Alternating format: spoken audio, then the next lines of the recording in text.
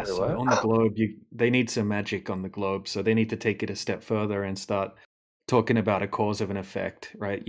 On the globe side, they need to explain things like all of the oceans sticking to the outside of a ball, right? And having a gas pressure system inside a giant space vacuum, all that kind of thing. So they need to say, they need to explain orbits and yeah, so they need mass attracting mass, right, for the local stuff, and then that doesn't work on the planetary scale. So then they needed to come up with the bending and warping of the space time fabric, blah blah blah. No, And no, then that didn't.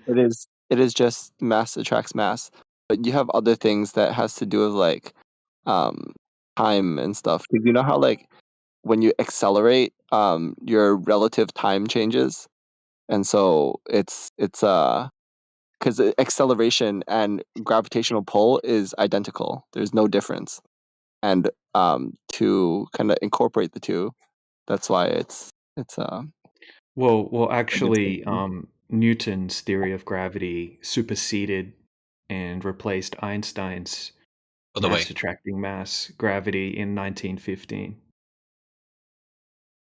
Um, So Yeah, as a force, just to clarify. yeah, as a force, right? People still so use Newtonian gravity, right? And we can yeah, agree on little g, like I said before. Things fall at a certain rate. Okay, but you guys are trying to claim the cause of the effect, trying to say that you know the well, no, cause. this isn't really the cause. The mass attracting mass. I don't think that's. Okay, I'm what's the not sure. cause? I don't think people really. So gravity is a fundamental force. It's not Well, a. not a force by It's Einstein. like an axiom. Well, See, they say this it's is not a force. yeah, it's very murky, right? And this is what we're pointing out, how very unclear and soupy this entire paradigm is. Sorry to butt in. I got to step out anyway. No, you're right. It's like yeah.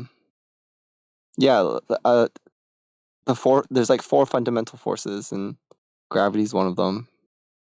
No, Um, no, the gravity is not claimed to be a force anymore. So back in 1915, but Einstein's theory of relativity replaced the force of gravity. So now they say it's not a force. Gravity is not a force. no, gravity is a force.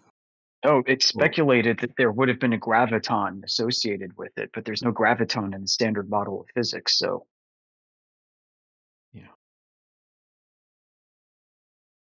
can look it up if you want.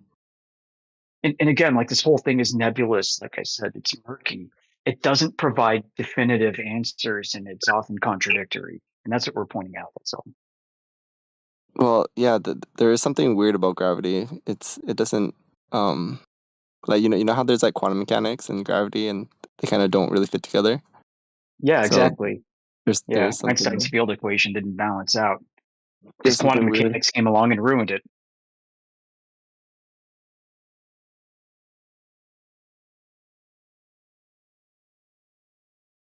Yeah.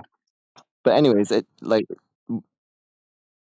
the uh the effects are like I think they're pretty well established. We can agree on the effects if you're talking about things fall at a certain rate in a vacuum, that kind of thing. But if you're saying that it's mass Also, attracting mass, right? If you think it's mass attracting mass, then that would mean that mhm, everything is being pulled towards the center of mass, right? On the yeah, globe. And that yeah. would mean that the water would have to be curving at a very specific rate over distance. And when we go and check for that, it's never happening. It's not happening. And there's no evidence that it is happening. So that would debunk mass attracting mass gravity on a globe. Well, not if it's a a polyhedral flat Earth. It actually fits. have you shown That would require an embedding space, right? And maybe there is none. So what's an embedding space? In the real world, an embedding space is a concept that gives rise to three-dimensional geometry. It provides the rule set for an object to exist within a space. In geometry, oops, Okay, sorry, I'm hold not on a familiar. second. Can you hear me? I can hear you.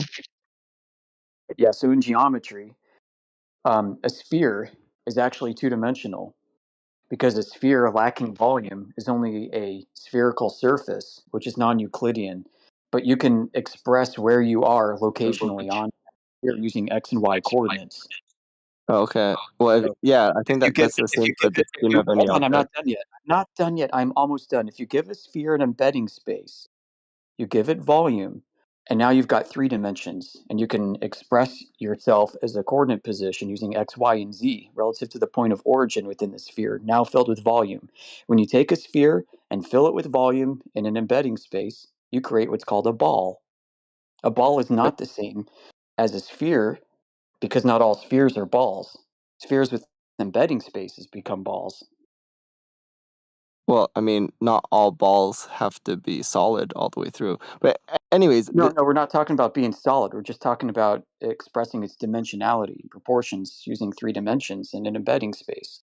You can actually Google embedding space and read all about this in geometry. I see, I see. A ball is a sphere.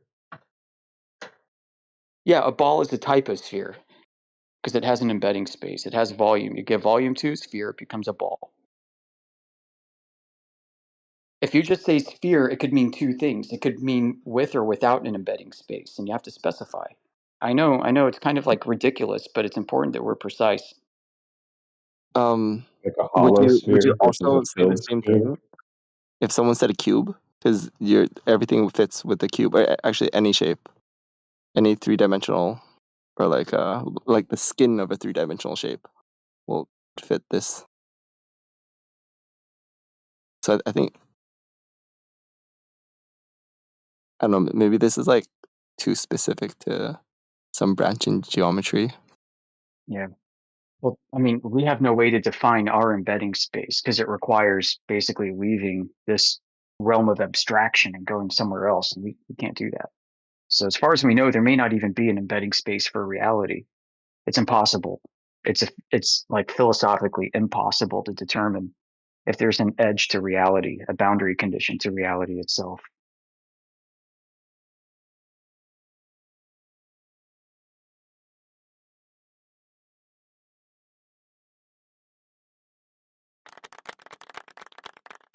You guys ever take psychedelics? No.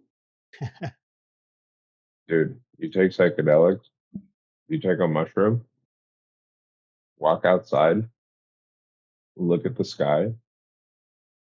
It's fucking round, dude. You'll see.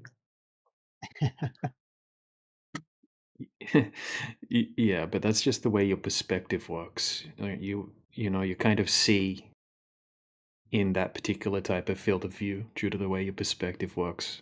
I can give you an analogy that will make sense if you want. I just remember last time I did mushrooms was like 13 years ago. Bro, it was unmistakable. The clouds were a roof on the earth. Right, right. But I'm this is telling the you. thing, right? If you move to a different section of the Earth, it will look like you're at the center of a big dome of clouds as well, and they'll all be different clouds, right? Because it's the way your Sure. perspective works. Yeah. But I'd be seeing the same thing, right? Yeah. Yeah. That's why that's kind of where the globe came from originally. And the ancient cultures needed a convenient way to map out the sky, right? Because that's what they used for navigation and that kind of thing. So they used that hemispheric dome of perspective or whatever you want to call it, right? And they made it into a celestial sphere model. And then over time, that celestial sphere model got inverted into a globe model, into a terrestrial sphere, which is also imaginary. But it's a convenient coordinate system, has a lot of uses. Mhm. The model I saw of the flat Earth was like a disc. Is that has that model been That's updated? No, that's like propaganda. That's just like a model. That's what people think that flat earthers claim. That's what people want to Oh, think flat earthers claim. is that a psyop? Well, not really. It's just, people have been taught their whole life that everything resides in this big space vacuum, right? And all of the planets and stuff are orbiting around, and that we're on one of those. And then they hear about flat Earth, and they're still stuck in that worldview, so they just flatten the globe into a disc, and then they assume that that's what flat earthers are claiming, which is completely incorrect. Wait, so what is the actual shape then? I know flat, but if it's not a disc, then like what is it? I heard like tetrahedron or Yeah, something. well, not necessarily. It wouldn't have to be some perfect geometric shape. We're not sure exactly what the shape of the Earth is. We don't know. I don't think anybody knows that for sure. But if I was to ask you what shape is a lake, for example, obviously it's every lake's a completely different shape. Or what shape is a rock, right? They're all different shapes. So you could say it's Earth shaped, I guess, but we don't know the specific shape or size or how thick it is. The deepest hole is only 7.6 miles deep. Wait, oh yeah. But the other planets are circles. Well, when you say other planets, you're kind of insinuating that Earth is a planet, right? And that's trying to fit the flat Earth in the globe Earth version of outer space. So I would say Oh, the so Earth it's is possible Earth isn't even the same thing as the moon or like the yeah, sun yeah, or something. exactly. Yeah, completely different thing, right? Whoa, Kind of that's like the pretty foundation. sick. Yeah, like the foundation of the system that we live in, and then the sky's like a big clock, right? Everything moves in the sky in cycles and repeats, right? The sun cycle So repeats it might once a not year. even be a shape at all. It might not even. It's not Could like be the lake something. analogy doesn't even work. It could just be Well, it could be something else something. completely. Yeah, something far beyond our comprehension. Maybe for all we know. But we're on it. Isn't that Yeah, yeah, isn't that trippy? it is, man. It's like the ocean. But wait, what about like the NASA people you guys are talking about? Can't Yeah, I don't think they NASA's tell lying us? about I don't think NASA's necessarily lying about the shape of the Earth, right? They're not lying about they know the Earth's flat and they're pretending it's a globe. I think that they're lying about space travel, right? Probably started, with the space race. And Wait, yeah, they I think that well, the, just quickly, right? I think that most mm, of the people that work at NASA, right, it's compartmentalized. So people have a specific job to do on a need to know basis, and those specific mhm. people probably genuinely believe the Earth's a globe, and maybe even genuinely believe that NASA is going to space. Would only have to be a small amount of people that would have to be in on that. Yeah, like kind of like the Area 51 people. Yeah, or like the atomic bomb program, right? Hundreds of thousands of people were working on that, but only a handful of people actually knew what they were building, right? Because it was Mm, compartmentalized. They have it all broken up into little, specific departments. yeah, I can see that being like standard operating procedure from like the 50s, all around the same time. Big government contracts, 30s, 40s, 50s, or whatever. Um, but then wait, weren't you guys saying that you think that like the latest space launch was like real and all that? Or am I imagining Yeah, that? I'd say a lot of the footage that they provided could easily be faked, and it's pretty unimpressive. In fact, I could show you some pictures from it now, and you wouldn't be able to tell whether it's CGI or real.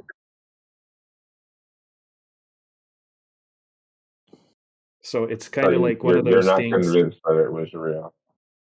Well, what I'm saying, yeah, yeah, I'm convinced that it's not real because we have stacks of empirical evidence that there's no curvature of the Earth. So if they're showing you pictures of a globe from space, then yeah, that doesn't match reality. And what I'm saying is that we really can't validate what they're giving us. It requires exceptional faith that they're telling the truth, right? Like if I put this picture, if scrolling through the Artemis uh, mission pictures, right, and I put this one in the side chat here. Would you honestly be able to tell the difference if that was made, CGI or whether that's actually a real picture? Hold up, let me look. Yeah. I love this game. Uh, I love this game. Can I play? Can I have a? I've got some images to present too after this if we want to try it. Take it wait, which one? further. I see an image of like the Earth like as like a crescent, and then I see Yeah, yeah, that one. Yep, that's the one I posted. Like, so would you honestly be able to tell the difference? Like, can you tell that that's a real photo? Because I can't. Oh no, I don't even know what I'm looking at. Well, it's the back of the spacecraft, right? That's like the jet. Oh, actually, I Yeah, get it. and then that's Yeah, the that could globe in the probably be background. CGI. Yeah, Yeah, we wouldn't be able to tell the difference, right? They could yeah. easily, that's why a lot of people are disappointed that they only provided crappy images like this, essentially, that could easily be faked. Oh, because there's like this sort of incredulousness of NASA that they don't have to prove themselves because people think they're at the set. Well, yeah, there's a lot of evidence that they completely faked the original Apollo missions, right? The moon landing missions. So, they're just look. And you, I just and your stick with, idea, like I that just they stick should with have. this. Go Sorry, ahead. man, we Sorry. got some No, go lag. ahead. Yeah, we just can't tell. We can't check it. It's just faith based, right? So, look, have a look at the one that Quantum Book Eraser just posted, right? Quantum Book Eraser. You Which want to go? one? I got to look He at. I'm just gonna say posted four images of the Earth. which one of these is CGI? This better not be a trick question where all of them are CGI. I'm gonna be pissed if that's the case. Yeah, I mean the point is illustrative. Um, all of these in this instance were made with an app, a free version of TerraGen, Oh, TerraGen I was 4. gonna say the bottom two don't look real. Like if you Yeah, the bottom right, the hurricane, it has swirls, but there's also some like straight line clouds that intersect with the swirls, and that doesn't happen. So yeah. yeah, so I was like, But I was these facing, all and look the other one like, doesn't have but isn't the land. point? Isn't the Oh, point of CGI to mimic real images, though? Is that kind of like the point of it? CGI? No. Yeah, well then how do Yeah, you tell the difference once it's being employed and in use? And how would you know that right. these You images are can't. real to begin with? Like how Yeah, are we same supposed to know for what Earth is AI, supposed to right? look like? The only images we've been presented of Earth from outer space have been presented by means that we don't have independent verification of. So how are we supposed to know what it's supposed to look like to evaluate the images, the first ones even presented to us, to know that Earth is supposed to look like this? So is it that CGI is being built off of artist rendition that happened in the 50s and 60s? Is modern CGI that's being presented to you as the globe based off of artists, the work of artists during the early days of NASA? We have no way to know for sure. And that's kind of the point of this. We don't know what Earth should look like in order to evaluate whether or not such imagery we're being presented is in fact true. So we're at their complete mercy. Yeah. I'm thinking like the only way is to form another space organization and produce your own CGI images of the Earth. That's Oh the wait, only way to don't combat it. we have SpaceX. The problem is SpaceX. If you want to work there, you need a top secret clearance. If you want to form your own space agency and take imagery, you need permission from the government to put a camera on something that you send up that high, and they can say no.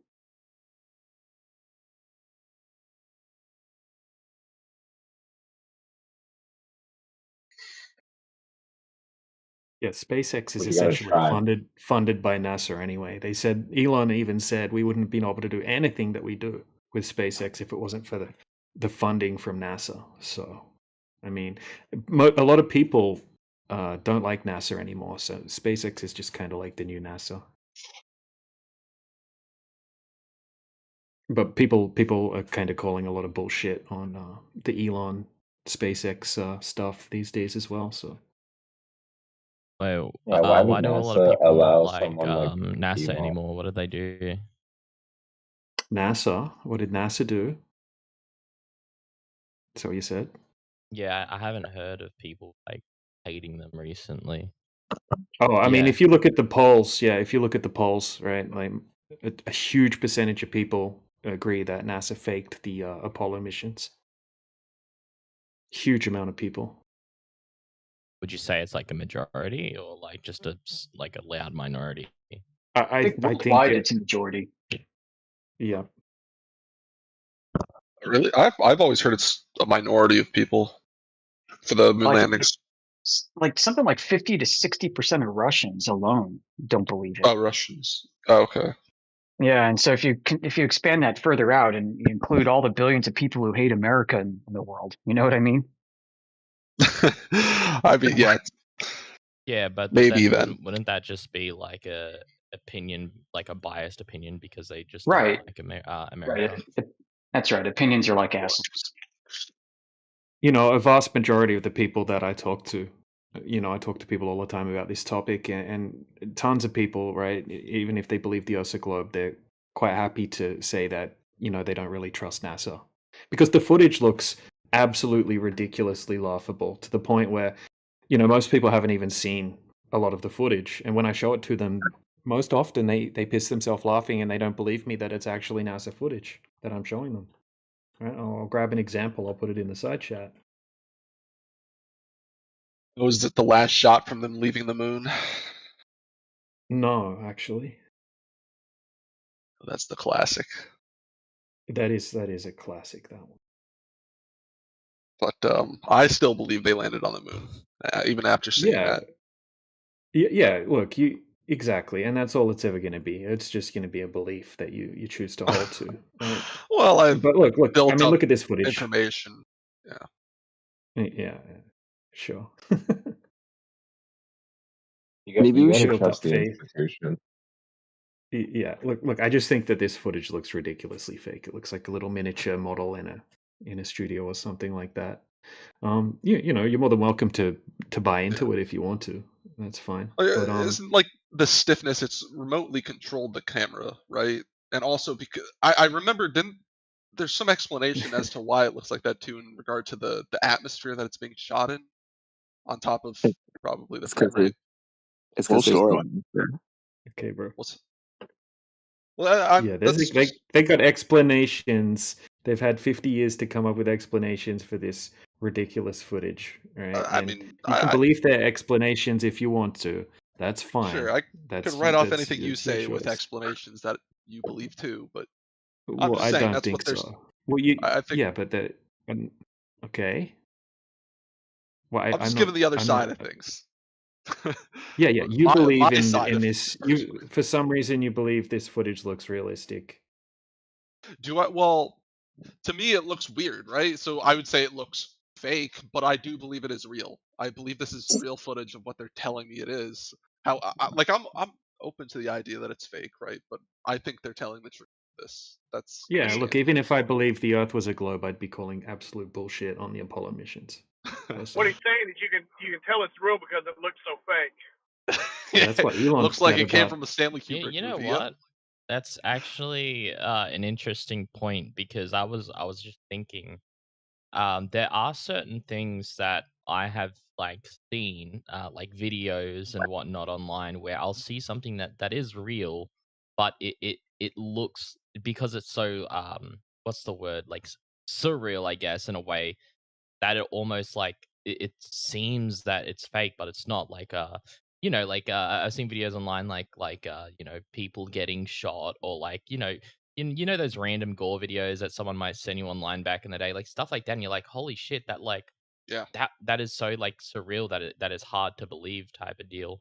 And vice versa, like sometimes I'll watch a horror. I love horror movies, and you'll see someone die in a horror movie and it looks so real, but it's fake. So, do you reckon that's not a possibility with some of these the footage from space, that it's like something that's so surreal to us because it's not something we often I get see, your point.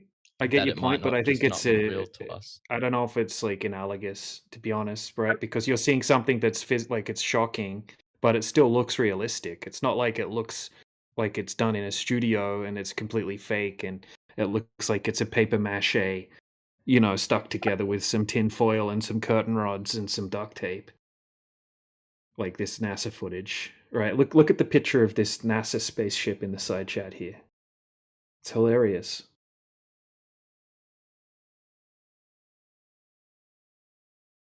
I don't know. I have no idea how these You ships you can work. see it though, right? Yeah, I know. Look at that thing.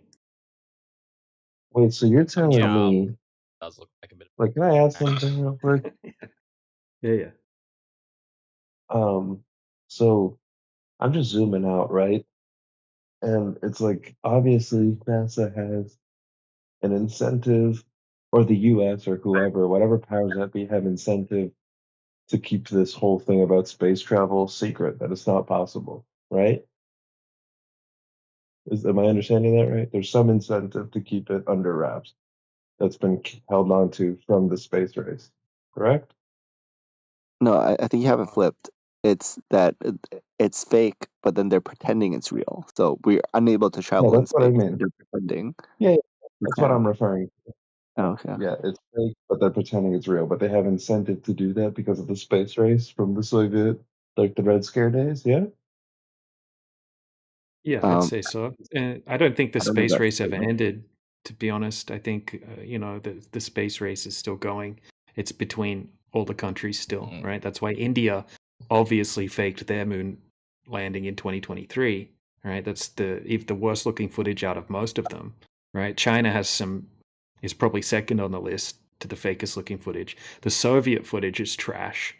NASA probably has the best footage out of all of them, but it's still horrific footage. It's so bad that globe earthers never ever share any of this footage as proof that we've been to space ever in any debate. It's only flat earthers that are posting this footage ever. Deep down, the globers know this is trash footage, I think. There's a YouTuber that I watch sometimes when I go to sleep who seems to confidently makes decent rebuttals on the stuff like opposing it being fake. So he says it's real. And his He name's put you right to Highman sleep, Dan. huh? Quite like, well, I like watching a lot of like debates and just like philosophical videos and that to go to sleep. It's just something I do. It's like Oh, No, who do you I was watch? joking. Yeah, I watch stuff to go to sleep too. But like, what rebuttal? What image? Oh, dude, I couldn't tell you, bro. I have the memory of a fucking goldfish. But he's a Well, big that's who like NASA's all appealing his to. videos are like. You have to realize that's who NASA is appealing to with their narrative. People with the brain capacity of a fruit fly. No offense. Or you said a goldfish. Yeah. They're not counting on people remembering what they saw last time and comparing it to this time. They're just showing people they're putting the flakes on the top of the tank and you're gobbling them up. Yeah, but what about the people who are verifiably smart that also believe in NASA? Define verifiably smart. I'm just like, come on, we can SAT acknowledge that people test. can be extremely smart because they absorb information very quickly. I'm not saying IQ is the best metric, but that's one of the things people typically use, right? We can tell when someone is intelligent. We've heard intelligent people believe that the Earth is a globe, correct? Yeah, but We're not intelligent going to people deny can ourselves still that. intelligent You're people right. can still remain gullible. Yeah. You know, a lot of people who are quote unquote verifiably intelligent have a huge incentive to stay swimming with the school of fish they're in. Right. There are some peer pressure, evil people who are complicit in some. Yeah, I mean, I don't know. I think a lot of these people you think have been told are verifiably intelligent are not all that bright. It's worth quickly pointing out as well, J-Dog, and sorry to jump in, every single person here, without exception, once believed that space was real, NASA are heroes, astronauts are heroes. Every single person here was brought up on the heliocentric model, and only later in life started thinking, "Hey, well, hold on a minute. Let me just pop the bonnet open a little bit." Everybody here was a glober. I acknowledge it, and I think that would be a compelling point, except for the fact that everyone is literally brought up as a globe earther. So I think if it was 50-50, then I think sure. But like the fact that people are taught that to begin with, like I'm not gonna. You're not gonna be seeing people really brought up as flat earthers unless they're growing up in any of your homes or whatever. To be fair, I don't teach the kids that. I just teach them to ask questions. Like, just be skeptical. Well, yeah. Don't just take things at face value. Whether it's anything I say, whether it's anything your teacher says, right? Just be open-minded, be skeptical. But yeah, I take your point. That I think it's an interesting though. If you think about it, think of the thousands upon thousands. I think there's millions, to be fair, at this point, millions of people asking questions about this topic. Every single one of them, without exception, were taught the heliocentric model. You have to wonder, why is it now, in an age of unlimited information, millions and millions of people are having this discussion if it's all so settled? When we Is it were all really millions diehard though? Like, astronaut fans. Yeah, there's I millions. always I could understand with a lot of the planet believing, or whatever you call it, believing that the majority of people don't know if the Earth is flat or a globe. Like I know there are probably a lot of people that just don't know, right? That's the majority, or don't care enough. Like they, Well, they'll pretend Yeah. they don't care, but every time they see a rocket on TV, they'll gobble it up. yeah, they just didn't pay attention in Go school, along to and get along. they're not finding spaces like this, so they're kind of like, I don't know what it is, I don't care. Like they told me this, but I don't know if I believe them. But then they're not really sold by the flat earthers either. I'm sure that's a decent amount of people. I feel like there's more people who are like, yes, the Earth is a globe, than there are people who say, yes, the Earth is flat. Yeah, of course there are, because that's what Yeah, it's taught in, while everyone's growing yeah, up. yeah. That's What's fair. Yeah, interesting, they did a bunch of polls back in 2019, 2020, all around the world, and most of the countries came back about 1 in 10 people are flat earthers, right? Like Brazil was 7% back then, and then yeah. they redid the poll in 2026. Now it's 22% in Brazil. But back then it was, I think Romania was 1 in 10, France was 1 in 10, approximately. Italy was 1 in 5, and it varied country to country. But now it's much more popular now, right? Back then, not many people knew about it. Not many people knew the arguments. Right now, just about everyone's heard about it. A lot of people that I talk to randomly in the real world, right? You just you find out so many random people are flat earthers. And it's slowly becoming more and more popular. And now the censorship has dropped right off, right? Because 2015, 2016, Flat Earth went viral. It became the #1 search term on all of YouTube. And they got together and they shadow banned it, right? Congress got together with YouTube and they said, okay, we're going to have to shadow ban this. And they replaced the playlist, right, with a propaganda playlist. Now, they just recently, right, they removed that shadow ban. Now, when you type in a flat Earth video, it actually comes up on YouTube. And then we've got platforms like X and TikTok where it's going viral again. So it's going to get much more popular over the next years.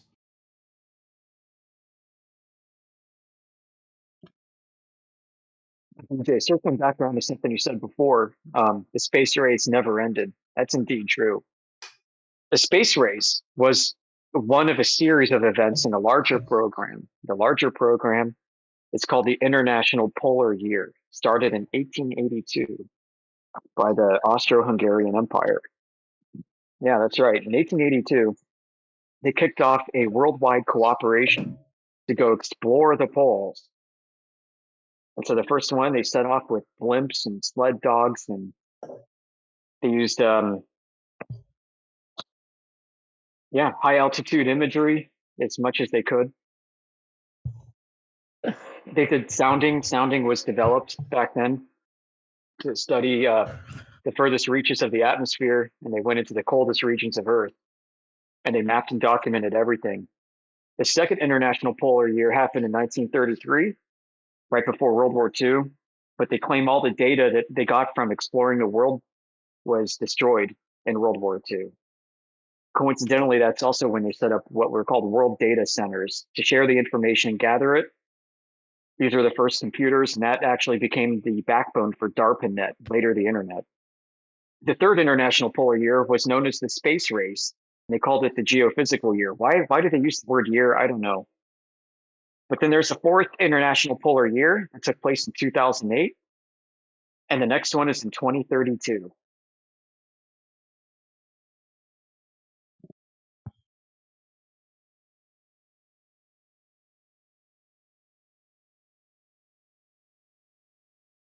I'll be waiting for it then.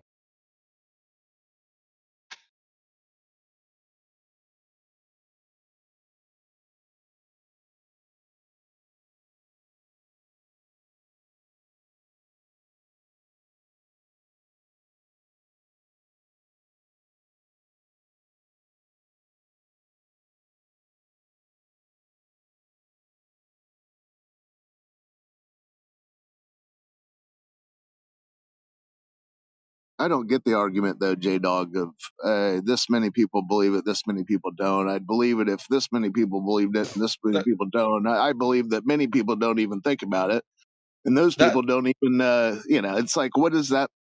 What is that line of thought? that's not Which my thinking. That's not at all. okay, I'm not going to believe something because the majority believe. I was just interested in what the majority of the world believed and what you guys thought on like different surveys or stuff. Yeah.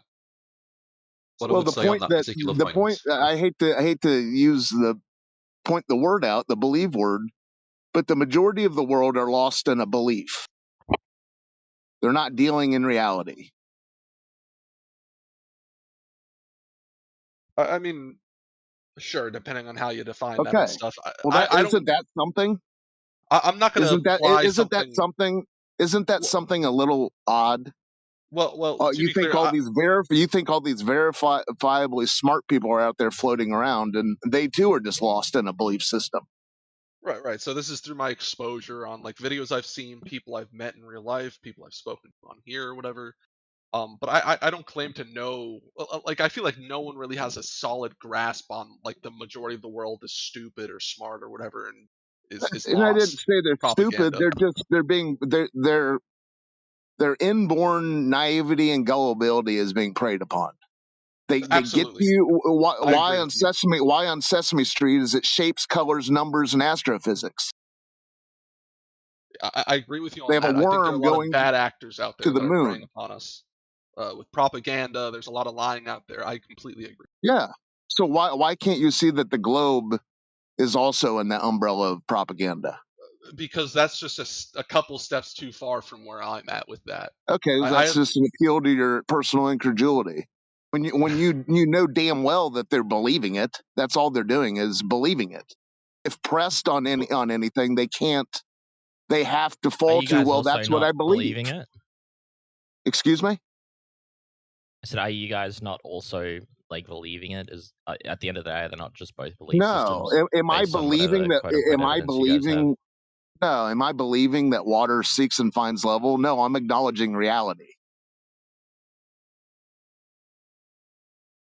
You To know be it fair, too. the other side that has done a lot of work and spent years of their lives in things that touch on the Earth being a globe in some capacity would say the same about themselves to you. Yeah, What that's have they fine. done? And they teach Roman and Greek mythology at PhD level in university. Yeah, sure. That's one aspect. Years That's and one side of years it. of traditions and studies and books and experts on this guy and experts on this. I Got do it. But agree to some degree those that academia experts, can be a bit hive but mindy. Yes. well, those experts would also agree that we experience the Earth as flat and stationary from our perspective. Okay, but they believe it's a globe because that's what they were taught, and that's what their university professors taught them. They weren't lying to them. That's what their university professors also got taught as well. It's the problem with the whole shoulders of giants arguments that comes up all the time, because there's this kind of idea of it's not even like they're experts anymore. Like they're giants. You can't question the foundations that you've been handed. You have to take the foundations you've been handed, take them as a given, and you can't ever go backwards to ask questions about these things, because it's you're standing on the shoulders of giants, don't you know? Oh, okay, fair enough. So I won't ask any questions about any of that. Aristophanes, can we ask questions about this guy? People living in wood cabins? Not even. I don't even think they had wood cabins back in his day properly. No. That's settled. You see, we can't ask questions about that. And they kind of you take a base point where we know for a fact the Earth moves at 66,600 miles an hour. We know for a fact there's 9 planets or 8, depending on who you ask, etc. And you take this kind of foundational world view, and you're not allowed to interrogate any of it. And that's how physics. That's how like even university level physics works. Like my former housemate, we both married women since then, but he had a PhD in physics, and even he had to kind of concede, like he doesn't know the Earth travels 66,000 miles an hour. He believes it absolutely. Like years of study have had it kind of drilled into his head, and he can memorize the numbers with the best of them. But he doesn't know these things. He's not tested it. He's not observed it or verified it.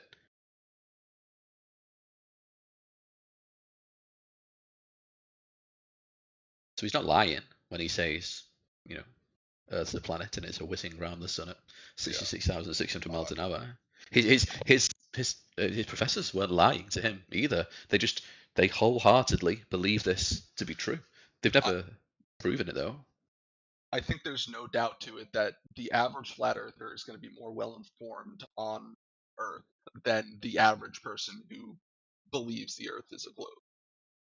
So, yeah. Man, you don't hear yourself say it, do you? Well, It's not standing on the shoulders of giants. It's just a case of the blind leading the blind.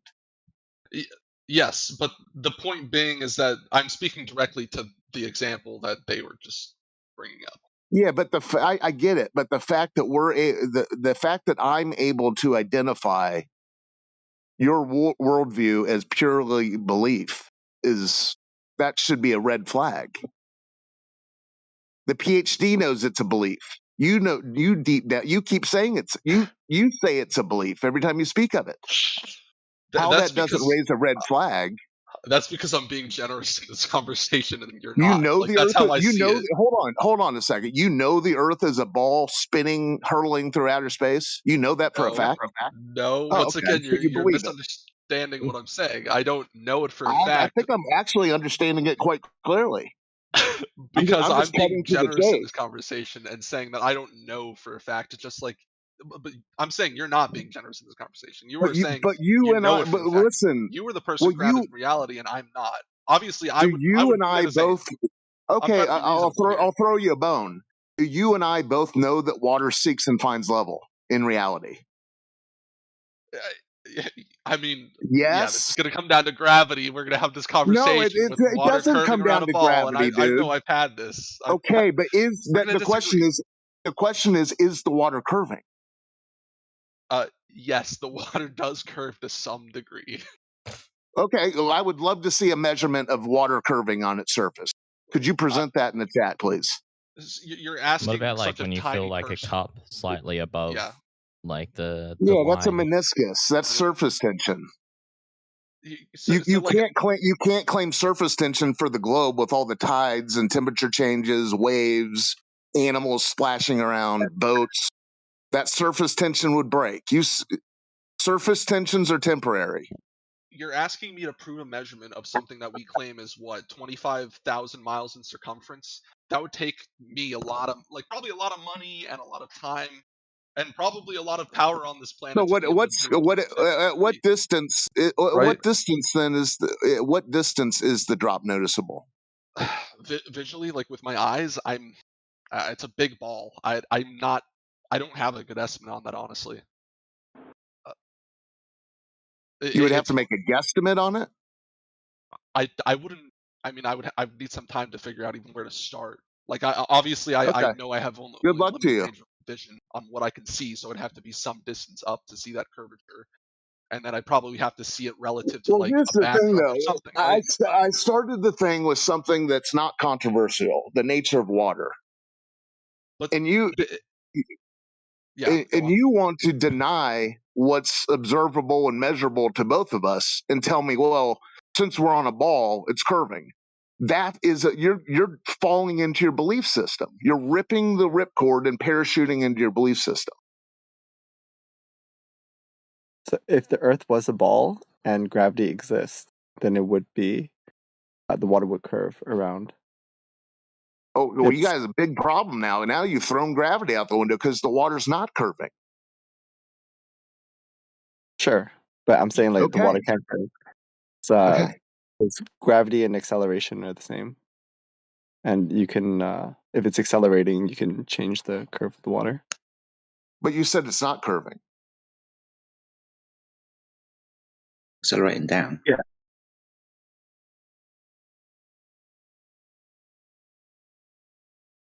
Your question to him was that water always listen. The guy takes issue. Listen, the guy takes issue when I call the globe and outer space a belief system. Yet when we go to the simplest things in reality, you guys leave the actual observation and tell us what would be if. So you shouldn't take issue with me calling it a belief system because you're demonstrating it.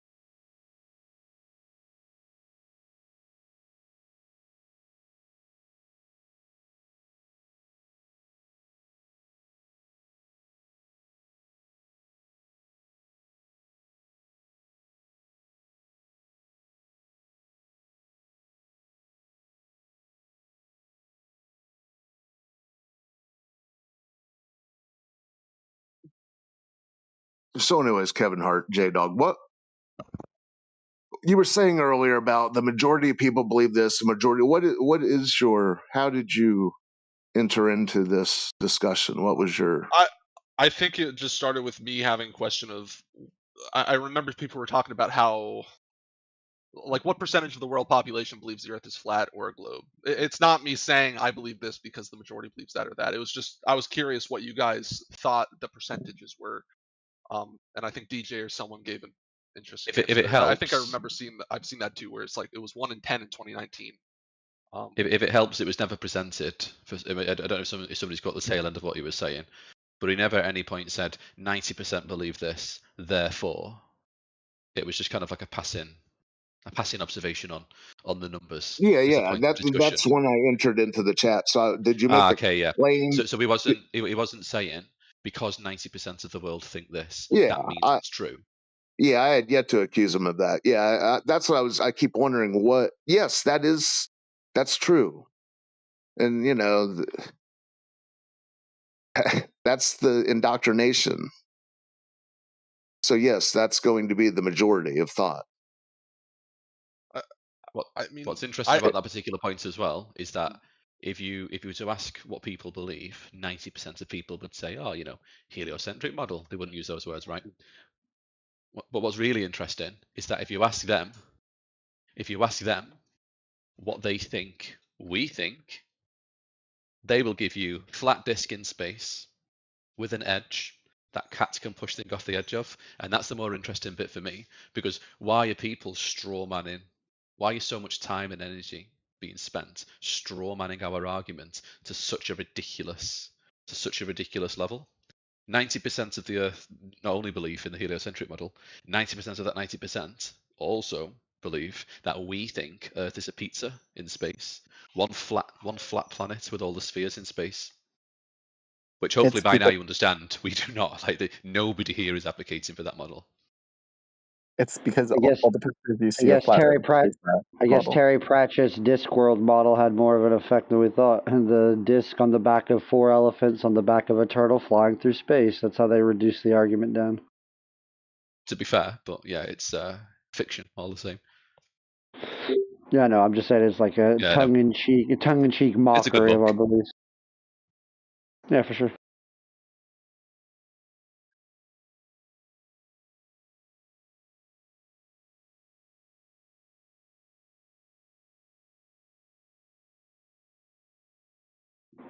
The idea of the sun and the moon being local phenomena within the enclosed system seems really hard for them to grasp.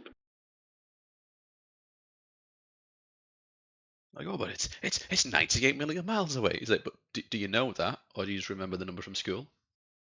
To be fair, the answer for most people is neither. Like most people, well, how far away is the sun then? Don't know, and they'll say don't know. But you're willing to passionately argue with me that I've got it wrong, and you've got no idea. Like literally, like you have no idea the ABCs of your own model, and they will still go to war with you and call you an idiot, call you all manner of names when they themselves don't understand even the primary school level basics of the heliocentric Well, model because these things they have faith. They have faith in their high priest with the white lab coats. There's, I think I've raised this briefly in the past. I won't bore people with it now because I do need to leave shortly. But Stanley Milgram did some very, very interesting experiments on the effect of authority and how far people are willing to go. Oh yeah, And how I far love that people one. will kind of stretch in the face of a perceived authority figure. And he showed us people would not only be willing to believe things because the man in the white coat told people are willing to kill people because the man in the white lab coat told them. So yeah, if you're not familiar with the work of Stanley Milgram, there's a nice little YouTube bedtime YouTube video for you. Interesting stuff. Yeah, the Milgram experiment. Mm-hmm. Well, this might be a cousin of that, but I've seen YouTube videos where guys they'll dress up. Oh, their theory is if you're carrying a ladder, you can go anywhere. So these two guys, they'll go to a concert or go to anywhere they want to test their little theory. And I've also read the same about when they talk about doing photography professionally. They say if you show up with equipment, people have this automatic, not reverence, but they think you know what you're doing, and you're like It's some like sort the of weird clipboard. authority figure on the It's scene. like the It's bizarre. clipboard. It's like the Yes. clipboard effect, bro. If you walk into a place with a clipboard and like glasses and a pen writing stuff down, people are gonna think that you know what you're doing there. Oh yeah. And there's a reason you're there. You probably shouldn't be disturbed. It's crazy. I mean, he might write a note about me if I go and disturb him. Yeah, that's I don't know definitely who what he would do. I don't know who he's reporting to, but I don't want to be on it.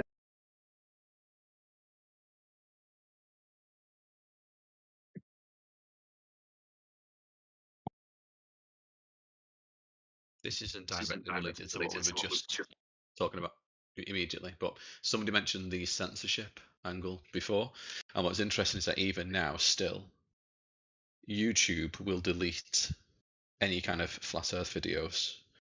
Only good ones, though. Weirdly enough, it seems to understand the difference between a good one and a bad one. It will delete it from your watch history, so you can watch an Eric Dubé video, for example, that's got flat in the title. Go to your YouTube search history. Go to where it says search watch history. Type the word flat, and the video that you've just watched will be removed. And not only that, I'm subscribed to Eric Dubé. I'm gonna go check that. and not only that, in its place will be debunking videos that you never even watched in the first place. Whereas for comparison, DJ's recent video doesn't get removed because even though it has flat in the title, the algorithm hasn't yet picked up. And to be fair, right, I think once his video gets more views, gets a bit more popular, his channel will probably get added to the same blacklist. So people like Flat Earth Dave, let's laugh at Flat Earth Dave, his videos get through the algorithm. Whereas somebody a bit more serious like Eric Dubé, you can watch the video, then type flat in your search history. So go to your search history. You'll see it in your search. You'll see it in your watch history as normal. Sorry, right? So click on the video, go to your watch history. You'll see it in the watch history as normal. Then go to your search bar, type flat, type search. It'll be gone. Which doesn't necessarily prove anything, but again, for those people who are a bit curious, who are struggling to kind of understand, like, why are these guys so curious about this? You'd have to at least give me that's interesting. The idea of one of the biggest tech companies on the planet in real time manipulating your watch history to remove videos on this topic. I want to check it out. Who was the guy? Which video? So go to Eric Dubé. D-U-B. I'm only giving him as an example of somebody who I know the algorithm will remove his videos. That's fine. Cool. So go to his videos, find one that's got flat in the title. So for example, he's got a video. Go to his videos. He's got 6 videos back, right? It's not too far away. It's called the most ancient flat Earth scriptures. There we go. Okay. So click on it. Yeah, clicked on it. Yeah. I got to, now go to your link history. The ads play or whatever.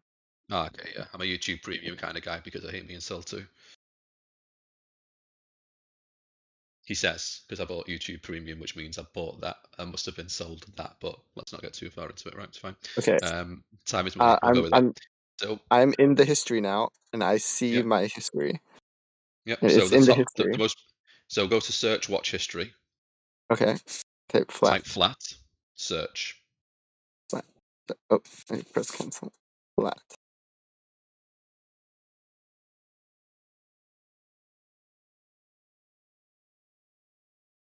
Oh yeah, it's not in here. Did he use a special character? Nope. Hold up. So that's one example of about 50 people, I could tell you, whose videos will be in real time deleted from your search history. So if you've watched that video and you're like, hey, interesting video, I'll share it with my friends. And you think, all right, I'll go into my watch history. What was Are that you video called again? Because you can't memorize every video you ever watch, right? Maybe you watched it 3 months ago. You go into your watch history, you can type, it's gone.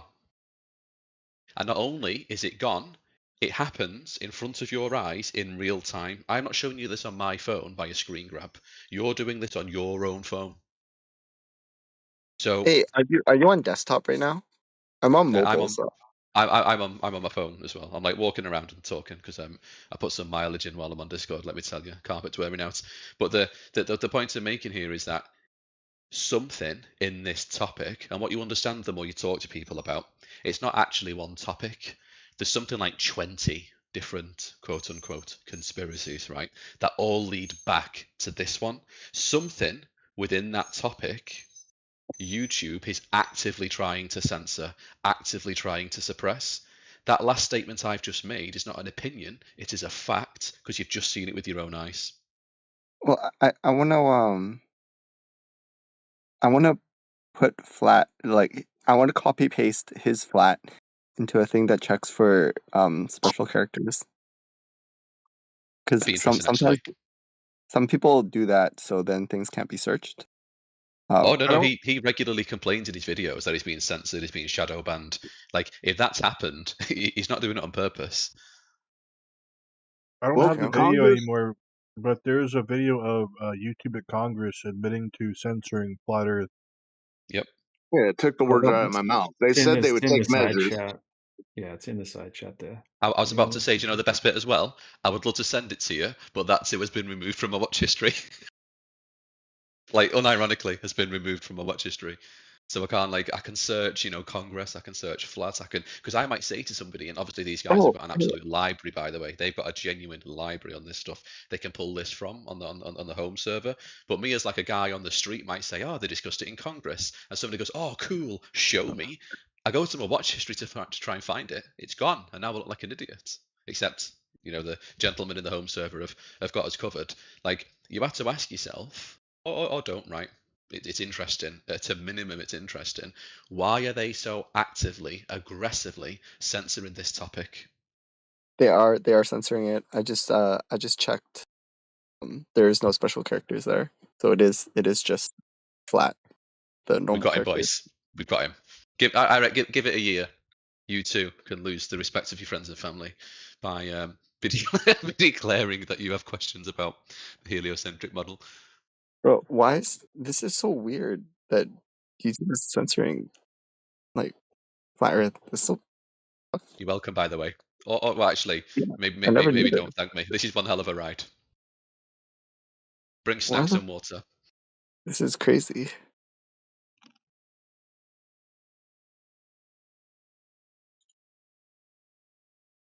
So what are you Huh? specifically? Are you looking for something at the moment, or? Yeah, I'm looking at there's the tunnel has a name, and I look at the tunnel planning manuscripts where they planned the tunnel and looked over the altitude. And oh, I found it finally.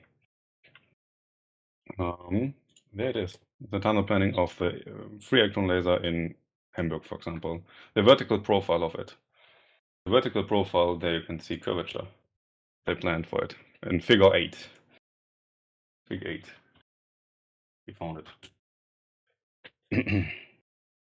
And this is a laser. This is in every aspect a laser. So it's lasing, we would also say. So this would But be an example. what's the distance? The distance of the tunnel? 5 kilometer around. So 4 kilometers is a main accelerator, and 5 kilometers Right. with experiment. So, but they would have made the tunnel straight, right, to No, accommodate they the. build it curvature. With Why a would curve. Why would they build it curving? Wouldn't they build it straight? No, to get around Earth. Like the curvature, they need to. All right, Okay, but the laser would hit the walls of the tunnel if it curved. okay, it is curved related to the acceleration of the Earth. It is a straight line still, but it is curved in relation to the geopotential. Straight line and curved. How do you have a straight line and curve at the same time? It's curved related to the gravitational pull of the Earth. So if you would make a geopotential, an integral, you would suddenly see. Yeah, I understand spherical harmonics, but you're just bullshitting now. What harmonics? Yeah, you're talking about the spherical harmonics of the gravity field and its vectors. What vectors? I think I know more about this shit than you. What vectors? And I'm calling you out for bullshitting the audience. I have cited a paper. Is the paper wrong? Doesn't mean you can evaluate.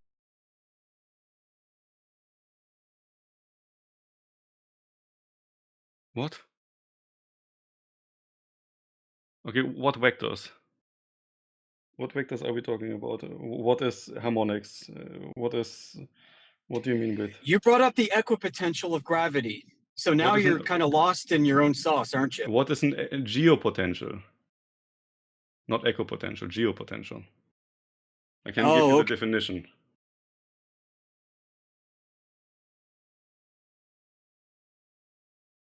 Definition of the geopotential.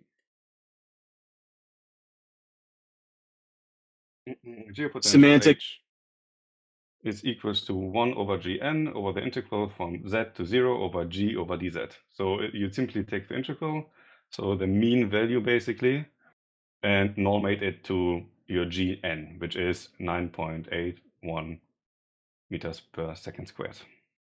And this you do because, as you know, that the acceleration to Earth is different if you're on a high or lower altitude. So on, for example, in the Alps or in high mountain regions, the acceleration is lower than if you go deep into like a cavern or whatever. You're not making any sense. But this is a geopotential. It's defined that way. We use it for calculation in our weather, for example. All right, so what does this have to do with building a tunnel in accordance with gravity?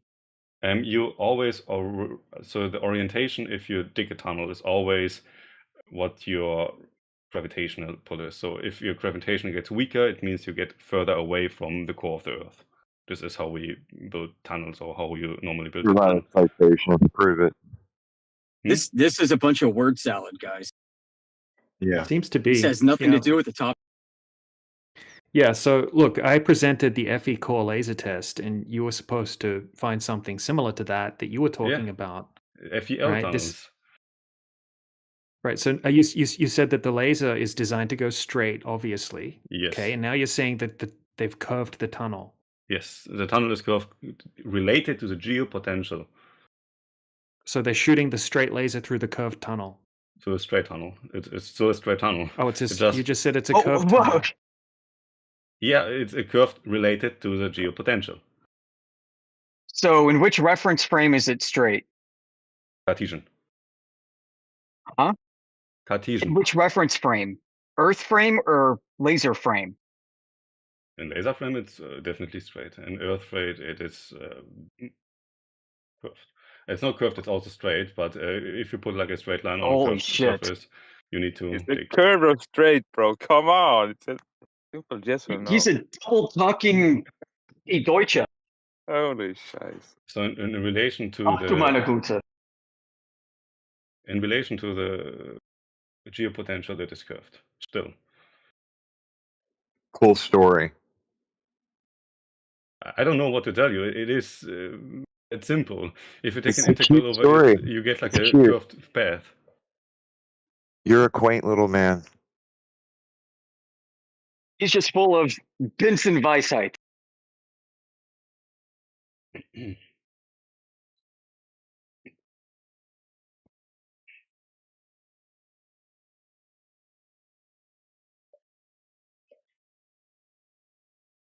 But yeah.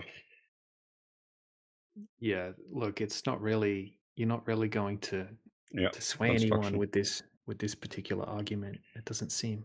Yeah, it doesn't seem. I don't want to. I just wanted to give my opinion on it. You Well, don't need to. that's it. Well, I didn't. I've just been polite with you. Okay. Yeah, I know in general, like to everybody else. Yeah, cool story. You don't need to believe it. It's fine. No, it's not about Guys, believing it. It's kind of like double speaking, and is the actual tunnel curved or is the tunnel the actual straight? tunnel is straight. The actual tunnel is straight. Yeah. It is And I not was straight. just asking. It's not I- straight in geopotential coordinates. Sir, I just was asking for a citation for this. That's all. I think Figure we're getting 8. somewhere. Yeah, we know it's curved in geopotential coordinates. Okay. Okay, but it's straight in reality. So the coordinate Yes. reference frame is arbitrary and fake and doesn't match reality. Plain and simple. Okay. Hello, guys. And hi. So this is a known problem in surveying. And I actually posted about 30 reference citations in another server. If you want to see them, you can. You're welcome to them. It's by surveyors who try to use the geopotential coordinate frame, like ECEF, for building facilities, such as the CERN facility in Switzerland, the particle accelerator. They tried to build it using globe coordinates, and it fucked up. So they had to switch to a flat Earth coordinate system. And that's just one of like hundreds of examples we can give you. Right. So the reality is the spherical coordinate system does not match what they're doing in the real world. And that's a problem. They have to use a flat Earth.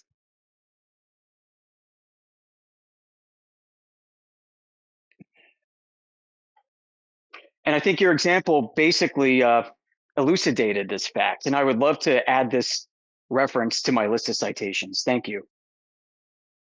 Okay. Do that. Yeah, good. Okay. Well, okay, so look, this is where we're at. Okay, we've got an unlimited amount, or not unlimited, right? A huge amount of long distance observations, laser tests that show that there's zero curvature, right? We're looking for the curvature. We're looking for that physical geometric horizon that would have to be there. Okay, if we have globe gravity, right, then that means that the water would have to be curving at a specific rate. A byproduct of that would be a physical geometric horizon at a certain distance, depending on the height of the observer, and we can't find it anywhere. Okay. Right? We can find it in coordinate systems and that kind of thing. Right? We can find it in calculations, but when we actually test it in the real world, right, we just get zero curvature, zero rate of slope over distance. Okay. Well, then let's say I completely believe you. I don't care anymore. Let's say the Earth is completely flat. What happens if I walk in one direction? You'll probably end up going into the water or into someone's property, Okay, and you'll get bitten by their let's dog. say I go into the water. I have a boat. Let's say we are like, I don't know, in a flat world where I can walk in one direction without being stopped. At some point, I need to reach something. Yeah, once you get out into the ocean, you're not going to know that you're still going in a straight direction, right? Because you have Why? you have ocean currents, and you're not going to be able to. Right, you're not going to know that you're still going in a straight direction. It would be impossible. But don't I right? have So my you're going to magnetic have field? to use a comp. Well, you're going to have the magnetic field, right? That's have a look at the magnetic field map. Okay, you have a lot of deviation, right? So you could be facing north and going Yes. east at the same time, for example. Yeah. Okay. Why? So because you have a lot of fluctuation in the magnetic field lines on the Earth, right? I'll try to find a map. If anyone's got a magnetic field line map, if they could chuck it in. People travel east to west all the time, but nobody has ever went from north to south straight forward and back north again. Yes. That's never happened. Yes. But people have done it east to west, right? So not in a straight line, obviously, but they've started and then they've gone in an easterly direction and then come back around, basically, or west. Okay, that's possible on a globe. That's also possible on a flat Earth, right? Being that east and west would be circles around a North Pole. Now, what would debunk the flat Earth is if someone went south, right, and then came back around. Right, they did a north to south circumnavigation. Right, that wouldn't be possible on a flat plane, but no one's ever done that. The only north to south circumnavigations is basically they'll go down to Antarctica and then they'll turn around and then they'll come back up again.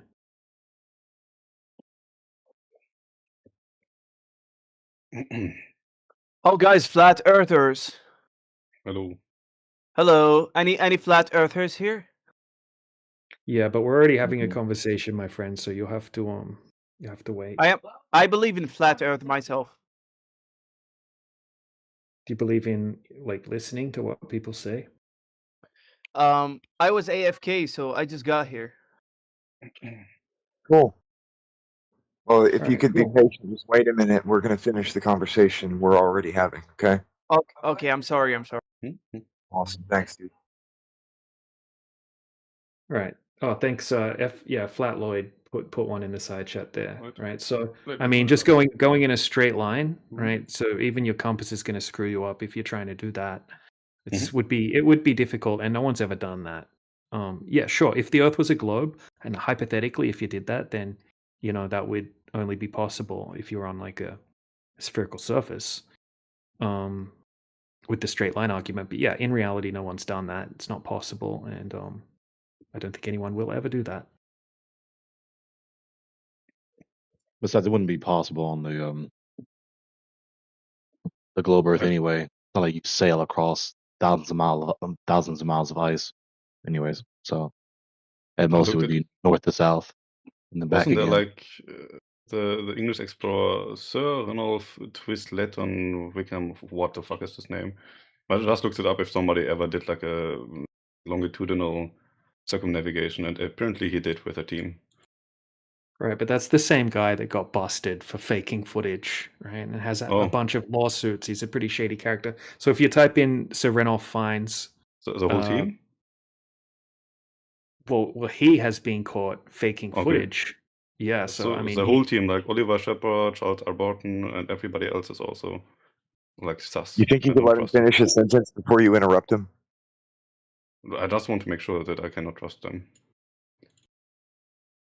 Well, the expedition leader is obviously not trustworthy.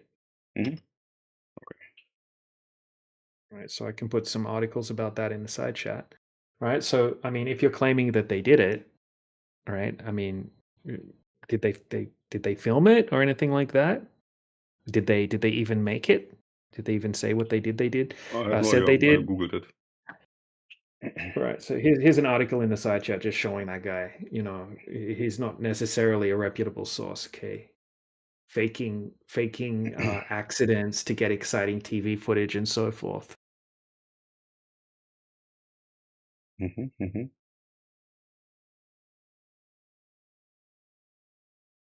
Cross him out.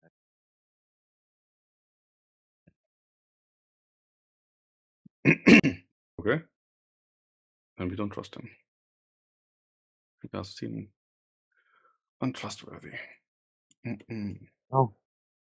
When somebody shows you exactly who they are, you should believe them. Yeah.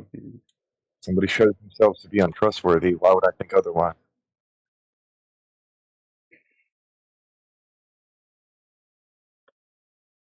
I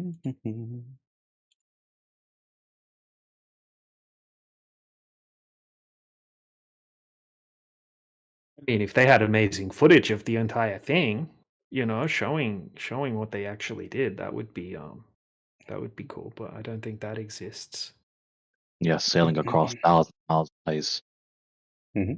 Are there people in Antarctica? Yeah, of course, there's people there. Okay. The average person to visit Antarctica goes to this peninsula, and they cross over that peninsula, and then they come home. Now, if one were to cross over Florida and claim that they crossed over the entirety of the United States, we would consider them to be crazy. That's not true. You didn't cross the U.S. You just crossed over a peninsula. In the same way, that's what tourists do when they go to Antarctica. They cross a little peninsula and then they act like they went across the whole damn thing. No, they didn't.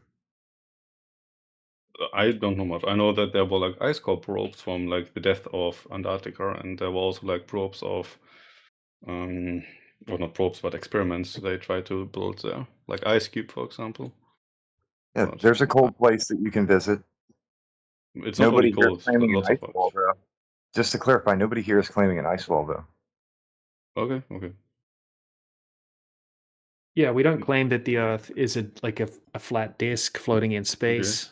So- We don't claim an ice wall. We're not claiming that the AE map is the map of the Earth. Then I have many questions. So where are we in your picture? What is We're on around the us? I mean, what is yes. around what the known Earth, basically? What is beyond the observable Earth? Yeah, how would we know that? Okay, we don't know. Yeah, you know, we're empiricists here. Mhm. So if we don't know something, we'll just tell you we don't know. And I don't think anyone truly knows that. Mhm. So, I mean, when we're talking about flat Earth, flat's not a shape, obviously. We're talking about the surface area of the Earth not having any drop over distance. Okay, so it would be defined as like a topographical plane. And in regards to the shape, you know, we're not making claims about things that we can't validate. It's very difficult to explore freely beyond the south, right? 60 degrees south, it starts to become very, very dangerous, and you need a lot of permits and a lot of money and that kind of thing. And then, yeah, so we would also argue that you can't have the gas pressure system in the vacuum type of situation that is claimed in the heliocentric model. Basically, everything residing within a space vacuum, right? And that we're a ball that's covered in gas inside that vacuum of space. Isn't gravitation And the argument? Sorry. gravitation is the argument. Yeah, absolutely. And yeah, we could dig into that one soon if you want as well. And then yeah, we would say that, you know, we would assume that we're in a contained system because we have the gas pressure that we're breathing, and that we have a huge amount of empirical evidence showing that there's no drop over distance. I mean, that's the primary thing in my perspective is it cannot be a globe at all if the surface of the water is not curving, and because of gravity, right? Globe gravity, mass attracting mass, everything pulling everything towards the center of the Earth. You can calculate like any 10-mile body of water would have to have approximately 66 foot of curvature, you know, anywhere on the Earth at any altitude. And if we can consistently test that and there's zero curvature over that 10-mile body, then it can't be a globe. And that would debunk gravity or globe gravity. It would debunk the entire heliocentric model. Yeah, okay. Do we believe in satellites and space missions?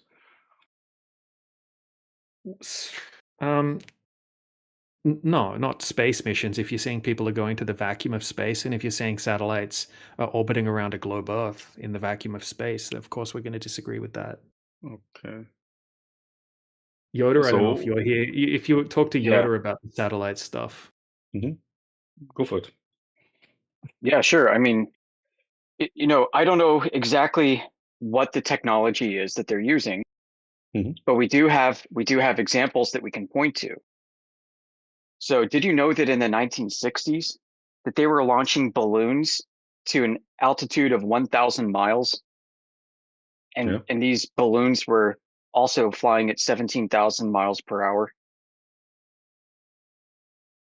That's what they say. I don't know. Well, so for example, there's Echo 1 and Echo 2. They're famous. These were satellites that were set up to be repeaters. And the story goes is Bell Labs, working with the US Air Force and NASA, developed this rocket delivery system where a rocket launch would take a payload up about 1,000 miles in altitude, sometimes higher, 1,200 miles, and release stage one. Or from stage one would be released a pod. The pod is ejected out, and the cowling, which is what's it encased in, pops off, and radiation from the sun activates powdered helium. And the powdered helium inside a balloon turns into gas, and the gas ignites the balloon, and the balloon expands to the size of a stadium. Short question. I'm really stupid. What is powdered helium? That's what I want to know, because I was watching a Bell Labs documentary. What's this powdered helium? And they said that they designed powdered helium. Oh, you know what it could be? There's like what they also use for hydrogen storage.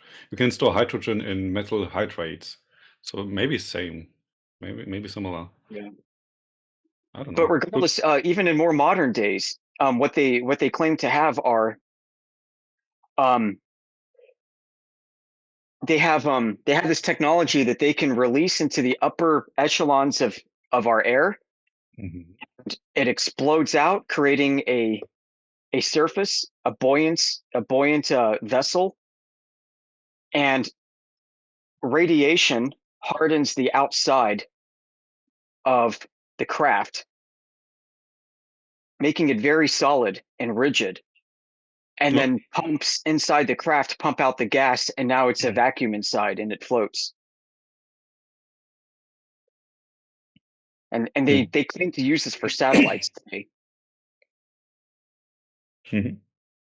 Yeah, I mean, it's much more exotic. And if you dig into NASA literature, they talk about using electrostatic, electrodynamic thrust for their satellites. Satellites use tethers, and they use the Earth's magnetic field, and travel perpendicular across it. The magnetic field, as far as I know, they use it for magnet talkers. So you have a magnet talker to make torque. Right, as well as for thrust and braking. Well, for thrust, we have magnetic fields and like ion engines and like particles, which we basically try to accelerate. This is what they do. I don't think you can use magnetic fields for navigation in any way. Well, I beg to differ, because the space shuttle program throughout the 1980s and 90s, they experimented heavily with tethers for thrust and braking and for ascending and descending. Mm-hmm. Yeah, we've got videos and pictures of it. All right. All right. Interesting. So there's exotic technology. I don't think that we're supposed to know everything that they do. NASA, the space program, was developed to project technological progress and capabilities that may not exist. It was a propaganda machine. Okay. They're still propagandizing today. So the real technology that's being used is probably something far more interesting than we can relate to. And there's no way to independently verify what they're doing. Mm-hmm. And satellites themselves, they're not orbiting a globe, because there's no rotational vector that we can validate from any of the telemetry data that they provide, first off. So there's a lack of internal consistency there. And by rotation, I mean every orbital period, every 90 minutes that a low Earth orbit satellite goes through around a globe, it has to rotate within its inertial frame 360 degrees. This is in order to keep the bottom of the satellite facing down to a globe. Yes. That motion is not captured anywhere in any of the data that we've examined. Isn't it just the magnet talker working?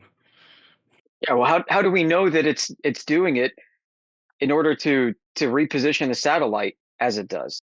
I mean, you could do it on Earth if you want to just take 3 magnetic poles and play with it. I mean, you get like a torque, like momentum. Yeah, well, we can do that over a flat Earth just fine. Yeah. Okay, that's true. But what I'm saying is, like, there's the rotational vector itself rotating 360 degrees as the satellite makes an orbital pass in order to maintain down. That information is something that would be very interesting. It wouldn't prove anything for us, but it'd be good for the satellite dorks out there, because they would be able to show better internal consistency of their claims. I think if you would try really hard, you would find something. I don't want to try it right now, but maybe there's something. That'd be good to look. I mean, so we've turned to airplanes. So we looked at airplanes, commercial aircraft with their inertial navigation systems. We look for evidence of the rotational vector there. a 1,000-mile flight.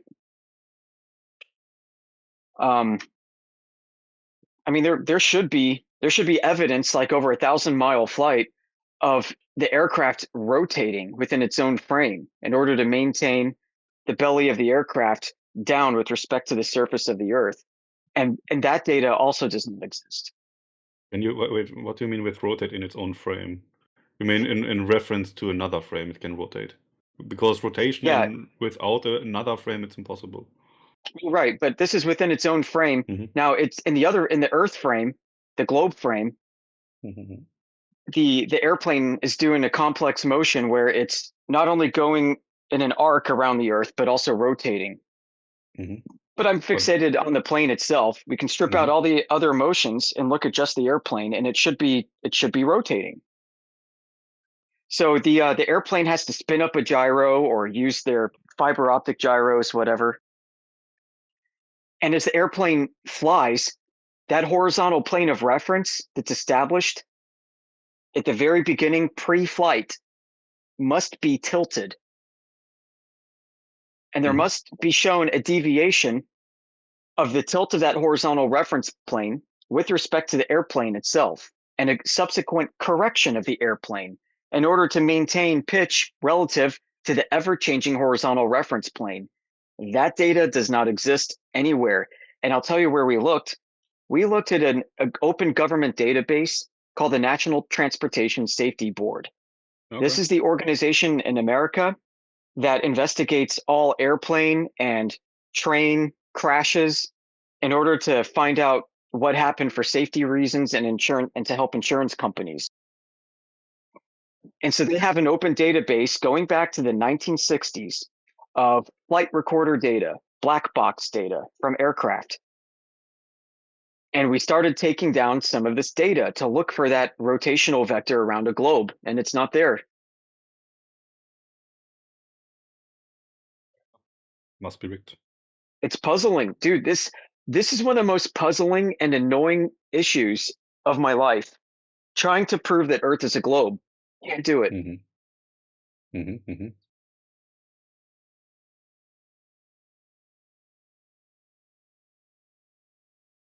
Really interesting.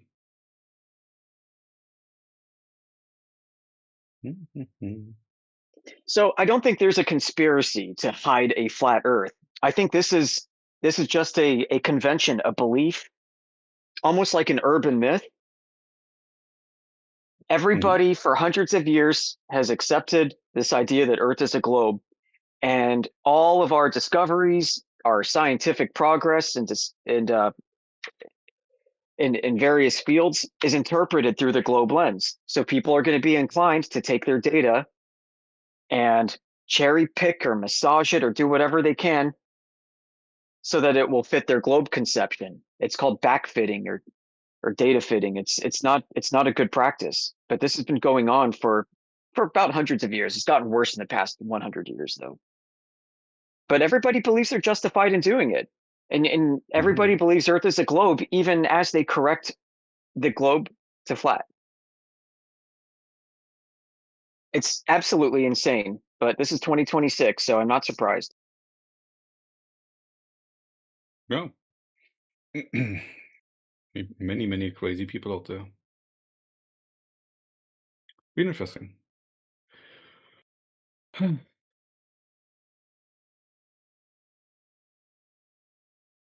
Right, so we got frustrated. We can't find the evidence, so we're out on the internet. We're on Discord, YouTube, Twitter, Rumble, and we're having these conversations with people. We're crowdsourcing globe evidence. That's what we're doing here. Yeah, I don't know. I listen to you. It's really interesting to see.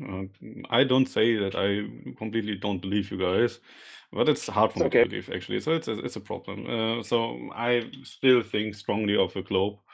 I have my reasons to do it. I can explain it again, but there's one thing is a language barrier, obviously. So I have some problems to articulate myself, I guess.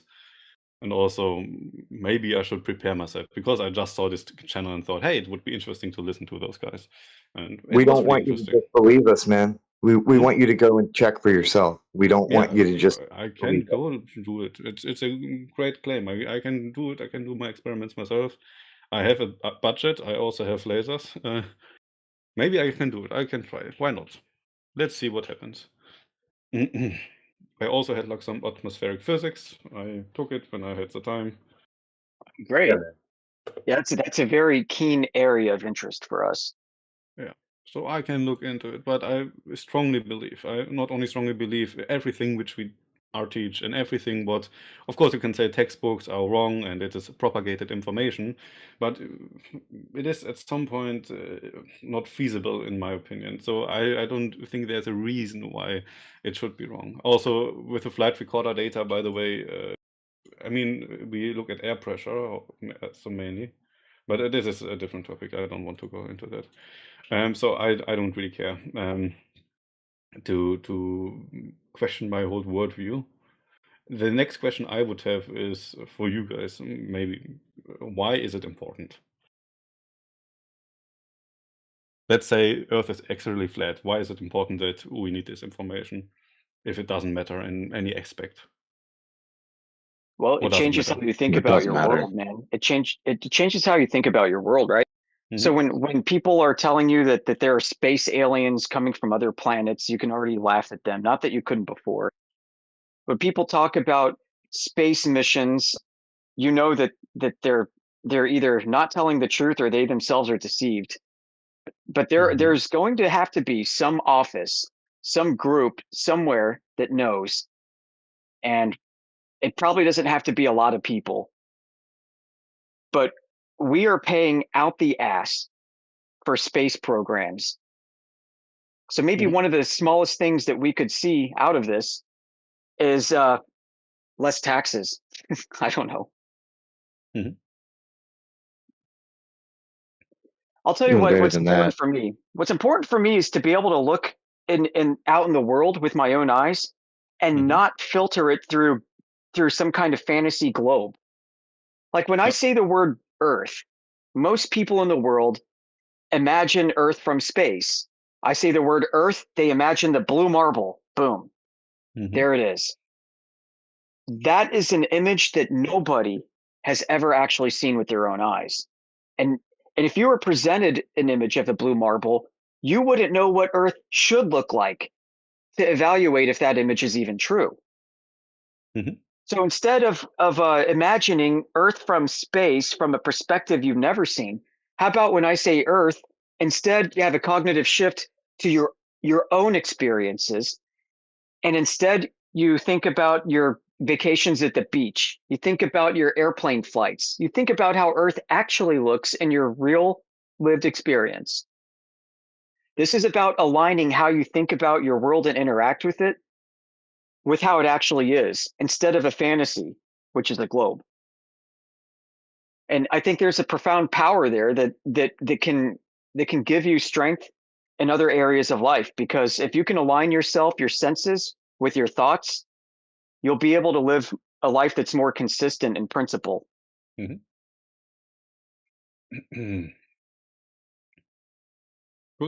wasn't as though the globe doctrine began because there was such compelling evidence of the Earth being a ball. Like, we're all humans on the Earth, right? Some things we shouldn't have to explain in such painful detail. Right? You and I are born on the Earth out of our mother's womb, and like Yoder just explained to you, right? Which you already know. You've never seen the Earth from that perspective, right? No one's ever seen the Earth from that perspective. We have these people, this particular faction in human society, primarily in the Europeanized world, that's decided to believe all these various things in a whole worldview, right? With all this distinctives, which we conveniently call scientism, right? May I Then you have ask? someone who decided one day, however long ago, be it centuries or even millennia ago, even going with the common notion, right, beginning with Pythagoras in the 6th century BCE. That's where it primarily began. That's what your scientist clerics are going to tell you. That's what the books, right? That's what the so-called academic sources say, that this primarily began with Pythagoras contriving the idea. It wasn't because he saw the Earth this way. It wasn't because he saw any evidence that exclusively indicated by some rigorous deduction and induction that proved the Earth to be a ball. No, Mm-hmm. He decided to espouse and promulgate this notion because, in his opinion, with all the imaginations that he just ran river with no self-discipline and no one to correct him really, is that, well, the gods would have made the sphere is the perfect shape, right? This is his aesthetic opinion. The sphere is the perfect shape, and of course, the gods Mm-hmm. would have made the Earth, one of the most important things in the world, the perfect shape. I mean, why wouldn't they? And there you have it, and hence all the other distinctives of what we call Pythagoreanism. So we're nothing more. The majority of the world for centuries has been nothing more than a bunch of unwitting Pythagoreans for no good reason. And then Mm-hmm. for centuries and millennia after him, just weak induction upon weak induction, based upon the presupposition that the Earth's a ball, along with a handful of other presuppositions. Right, all these Mm-hmm. alleged operations or measurements, like with Eratosthenes or Al-Biruni, right? None of which are exclusively indicative to a ball. Again, in scientism worldview, you only really have something that really has some cowbell until the late 20th century, right? In the 1950s, 1960s. Before that, until the day came when they published the whole psychological operations that there's a team of humans that got into a very special aerospace vehicle and flew so far away, hundreds of thousands of miles away, in order to take a picture, do some things on the moon, fuck around up there, come back and show and tell the world. Do we then have something was that seemed like rock solid evidence beyond any shadow of rational doubt? But lo and behold, this is actually another deception, another mass delusion, another psyop. Mm-hmm. So that's really what we have here. So someone in the first place decided to lie, right? Someone looked at the earth, someone looked, knows full of some adult after decades of experience, experiencing the earth to be this horizontal surface, more or less, right? Some Mm-hmm. adult decided I'm going to believe something that's obviously contrary to what I've ever seen. And I'm going to be emotionally committed in every way to this notion and espouse it. Mm-hmm. Oh. Interesting. So some people are just reluctant to articulate things because, for whatever reason, but that's the way I articulate it. We began with Mm-hmm. the truth as it concerns the earth because we're just concentrating on the earth right now. We began with the truth about the earth, at least one Awesome. fact, which is the earth's surface is obviously horizontal, especially when we look out on the oceans. It's obviously horizontal. It's what we've seen our entire lives. Right. Did Garrett have a question that he wanted to get in there? Yeah, I had one, but it's fine. Go ahead. Okay. So another question for Maya was especially the moon. Is the moon spherical or is the moon also flat? Don't know. I'm Okay, don't verified. know. Not What do we verified. see? You can only just recall what we all see all the time. Mhm. And See humans were a neither distinct circle in the sky. and humans were never on the moon. Never. Say again? Humans were never on the moon. That's my question. Correct or No, false? not as far as we know. As far as we know, not. Okay. Yeah. Isn't there like Almost virtual. I'm trying to be like analytically strict. I can say with virtual certainty, ain't nobody been on the moon. okay? My question is the NASA reports, or not NASA, but also ESA reports that they built retroreflectors or put up retroreflectors on the moon. So basically mirrors, but cool mirrors. So if you would shoot a laser to there, which would have a large divergence, so even our best lasers would have like a few kilometers of diameter on the moon, if you calculate it, you would still get like a retroreflecting signal if you would measure it. And they actually did it, as far as I know. I don't have any citations. I just put it out because I heard it somewhere. It's a valid subject. So they did actually measure it, as far as I know, and they actually measured via the speed of light the distance, or verified it again, using these retroreflectors. Is this also a hoax? Is this also false? So what underlies, to explain it in not just a very, to give a more detailed explanation to answer your question. Obviously, what underlies the notion, right, is very basic cosmological and metaphysical presuppositions, which are false. Okay, obviously, with the whole notion, that notion is within the worldview with these other presuppositions. That is, the Earth is a ball among several other humongous balls of solid, liquid, and/or gas flailing around in the cosmic vacuum, right? And these are the results of this multi-billion-year-old unintentional process of a cosmic flatulence several billion years ago, and this mysterious force of gravity eventually coalescing everything into the form that it is now. Well, it's not a force, right? It's gravity is relativistic Okay. physics. Well, you say that, right? No, you And guys you're said it, that gravitation is not a force. I thought. No, listen, because there's Well, just quickly, there's- I'll just fill Gregory in quickly, right? So when he first came in here, when it was just a few of us in here, we got in a little discussion about whether the current mainstream theory of gravity defines gravity as a force or as not a force, right? He was saying that it is defined as a force currently, and I was saying that it isn't, right? So just to fill you in. Yeah, he's talking about what they probably explained to you is the two dominant doctrines that are under the denomination of gravity, and they probably explained to you the latest one that is the abrogation of the previous one, which is TGR, right? GR, Einstein's GR. So yeah, referring to if matter exists, then space-time curves. But again, when I say it's a force, I'm just using the rhetoric that they also use because they say both. Some will say it's a force, some will say it's not a force. And this is one of the parts that is the expose of the doctrine, that it's incoherent so much so that there's a sort of doctrinal split between the scientists, the adherents of scientism, where some will swear up and down that it's a force and swear up and down, some swear up and down that it's not. So that's all that I meant behind what I said. So yeah, factoring in what they explained to you. So there's that. The so-called gravity that unintentionally coalesced everything to the form that it is now. Right. So those are all those presuppositions that underlie the notion that we shot a laser up to the moon and there's reflectors on the moon and then it reflected back at us and all that stuff. So what can happen, and what in all likelihood has happened, is that they shot the laser. I'll grant that to them. They could have shot the laser up at the moon, but it didn't necessarily hit the target that they imagined that it hit. It hit some other unidentified, I don't know what. Okay. So it was a lucky coincidence. Can happen. Yeah. Point is that it wasn't what they imagined it to be.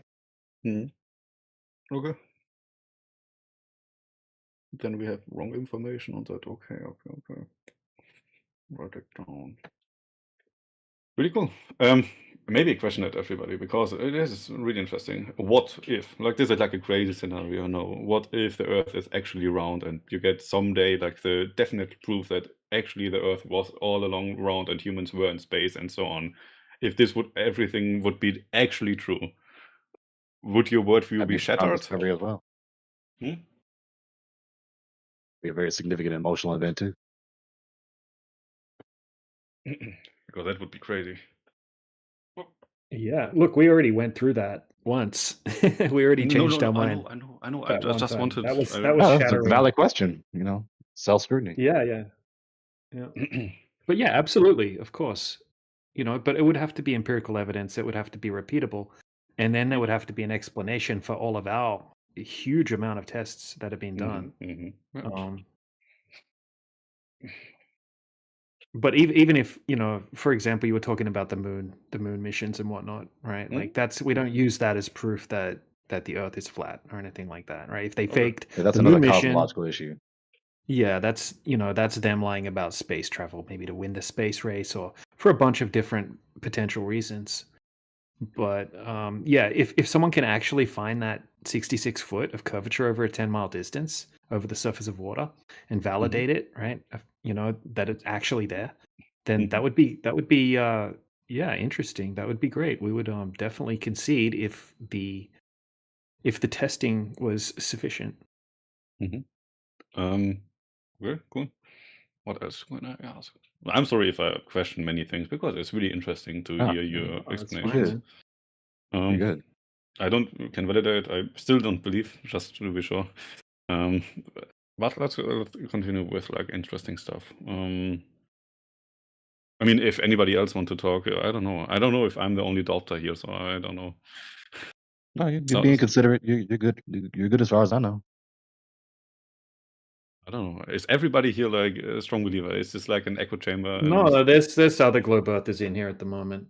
Oh, okay, okay. Oh, there's plenty of debates about Yeah. bigger or smaller subjects, bigger or smaller details between Yeah, those who are in the flat Earth circle, quote unquote. Yeah. What could be interesting to talk about? So if I'm on the ocean, for example, and the Earth is flat, I should see other ships, right? Like, no matter the distance, if my optics are good enough. No, because I mean, well, the way you asked the question, either your optics that you're looking through are sufficient enough, and or the environment is conducive enough. Yeah. So Yeah. let's say we pump away our atmosphere, we have a vacuum, we would see everybody. It depends if it depends if your optics are that powerful. Yeah, I don't think you're a of course, Kryptonian, are you? I assume my optics are powerful. Let's say I have like extreme optics, like telescopes, like multiple meter telescopes. I don't know of any telescope that can see an indefinite distance. Yeah, of course, not indefinitely. But a few 100,000 meters is easy with a telescope if the magnification is great enough. If the telescope Sure, arm think is about depending on this.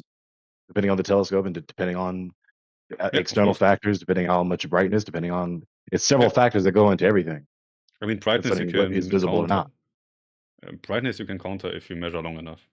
But this is an unrealistic scenario with a vacuum air, right? This is never going to happen, right? So I mean, in the real world, you have a visibility limit. Okay, you can check the average visibility through the air at a particular, portion of the Earth, and usually it's about 10 miles to 50 miles, depending on where you're at, and depending on the weather. Okay. But if the Earth was a globe, right, you would have to have that physical constraint, right? You would have to have that geometric horizon at a certain distance, depending on the height of the observer. And then anything that's beyond that would obviously have to be physically obstructed behind the curvature of the Earth. Does your question concern the shape of the Earth at all, or are you just asking about visibility? Well, just visibility. I thought like, okay, if I'm on the ocean, I see that ships vanish like at some point. So yeah, I just wanted to make sure so that we don't have to veer away from your question because I only heard your question concerning visibility. So yeah, as it concerns visibility, there's external and internal factors, right? Regardless of the shape of the Earth, regardless of what cosmos that exists or that you believe, right? So there's basically. Oh, sorry. No, you're good. So yeah, there's several factors there, external and internal. That really covers every question concerning what is visible or not, or what would be visible or not. It's all the external and internal factors. Cool. If you were a Kryptonian, you could see much further and much smaller things than a regular human. If you were God, you would see everything. Exactly. Okay. Next question, maybe. Can I ask a new question? Also concerning like atmosphere, maybe. Yeah, please. Why is the sky blue? Get low to the basic questions. Let me see this preface, and then I'm going to say my answer. Yeah. Some people are reluctant to just be straightforward with their worldview because they don't want no extra trouble or stress from someone else, and That's all right. I really don't have that trepidation or whatever. So yeah, given my worldview, right? What I know, yeah. I also give my worldview. Sky's blue because the cosmic water is above the firmament. Yeah, so Rayleigh. So I learned in physics that the sky is blue because of Rayleigh scattering, which again applies like a spherical atmosphere and so on. Yeah, basically the gaseous layers are being a mirror of the oceans. Okay. Yeah, when you think that through, I mean, what sense does that really make? But yeah, the sky is blue because you're looking at the water above the firmament, cosmic water above the firmament. If I'm like in like in the middle of Asia, for example, would I see like not a blue sky but a different one, or is it because the majority is water and? Nah, but Bless you. as far as I know, regardless of wherever you are under the firmament, you're going to see the cosmic waters above the firmament, looking up at the waters, looking up at the sky. Okay. And look, that's as Gregory knows, right? And he did give a an announcement before he said this, right? That's not necessarily what the rest of the flat earthers in the room It's fine. would give you as the answer. It's fine. Yeah. I go with that. It's not like flat Earth is some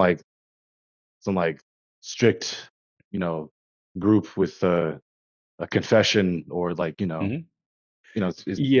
the people who I know just that the Earth is flat. That's all. Gotcha, It's Gregory. thousands Exactly. of years The old. only reason I mention that is sometimes the audience, or sometimes the globe earther that we're talking to. Somebody's going to will hear- misinterpret and miss their details. Yeah, they'll hear something that one flat earther says, and then they'll say that all flat They'll earthers take it and run claim away this. with it. They're going to do what they do. They're going to do that no matter how much caution. And I'm not saying that you're wrong at all, Gregory. Yeah. At all. Yeah, they're going to do that. People like that are going to do that regardless of how much caution you use. Right. Reflection. Okay. They get to say whatever they want in their circles. Right. Why does the sky change color? So why does it become red at dawn, for example? Well, because the red spectrum is a longer wavelength that's able to push through and make it back to the observer through all of that thick atmos. Why happened that only at dawn and not every time?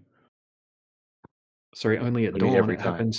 happens in the evening as well. Evening or dawn. Why happens at like these specific times? Because you're looking through all of that dense atmosphere, right? You've got a lot of atmosphere between, right? It's 40 times more dense when you're looking horizontally through the air than when you're looking up. Okay, so you've got that light has to push through all of that medium. Okay, and the red wavelength is the best at doing that, making it back. Okay.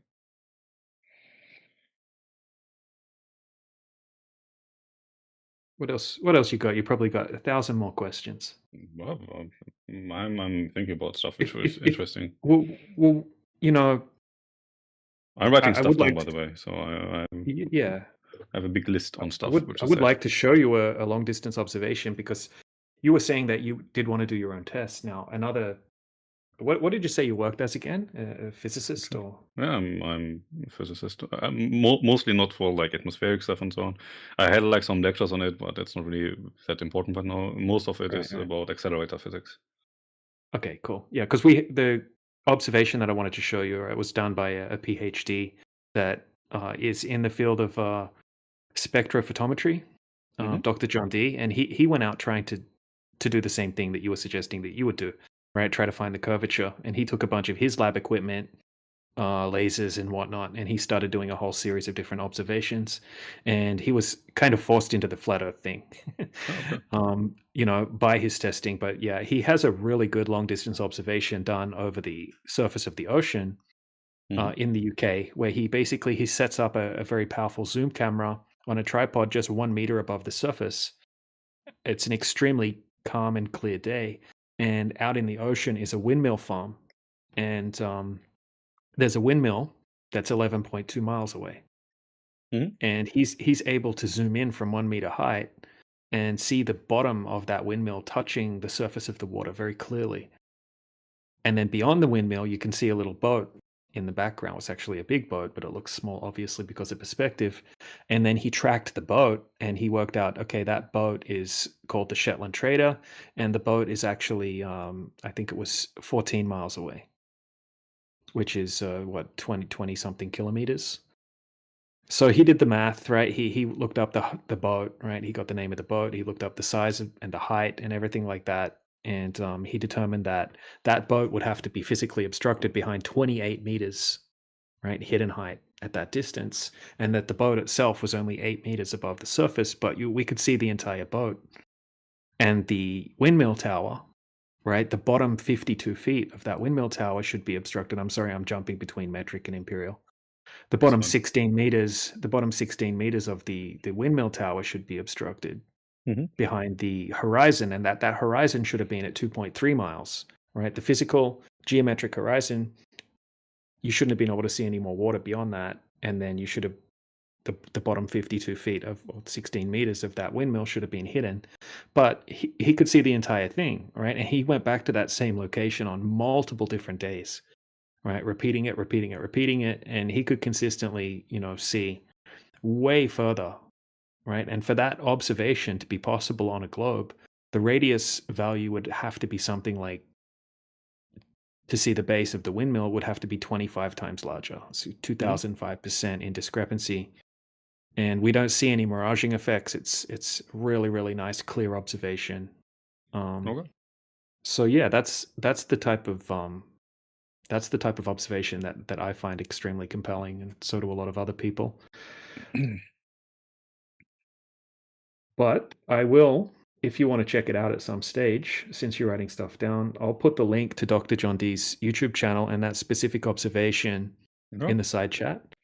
And because it's a really good video, he spends an hour and a half going over all of the technical specifications, the atmospheric conditions. He shows you everything that you would want to know about the observation in the video. So I'll just pull that up. I'll pop it in the side chat. And if you choose to watch it, then I'm sure you'll enjoy it. Cool. I put it on in my watch list or my text document about stuff I want to do. And if you're more interested in lasers, then he has some very good laser tests on his YouTube channel as well. Like I mentioned, our lasers are a little bit different, but I will look into it. Yeah. What I wanted to tell. Yeah. Is there like, are you skeptical to? I mean, this is like a stupid question again. Are you skeptical also like to other physicists? Like, for example, I mentioned I'm from accelerator physics, so not atmospheric physics, not like astrophysics or anything like that. But would you say that most people who study astrophysics or do like observation stuff and so on, that their life is a hoax, or that is wrong, or that they have learned something wrong? Yeah, I'd say they've learned a particular cosmological model. They've learned a particular model, and they know the ins and outs of it. And I would say that probably for the most part, they're not actually lying about anything. They're not being deceptive. Yeah. They're just, very good at remembering the information that they were taught, and they've done a lot of calculations of their own. I guess a lot of studying within that heliocentric model that they believe in, and they're teaching that to people, and they're doing different studies, and coming up with dark matter when things don't work, and all sorts of different things like that. So yeah, I wouldn't necessarily say that they're lying, rather than they're working within a particular worldview, a particular model. Interesting. Tradition is peer pressure from dead people. Whoa. I don't there's have the any video. peer pressure. Yeah, this Yeah, video I'll was send- already oh. sent. Yeah. Oh, someone sent it. Thanks. Okay. I was joking. I digress. No, it's fine. Never heard that notion before. Very cynical notion.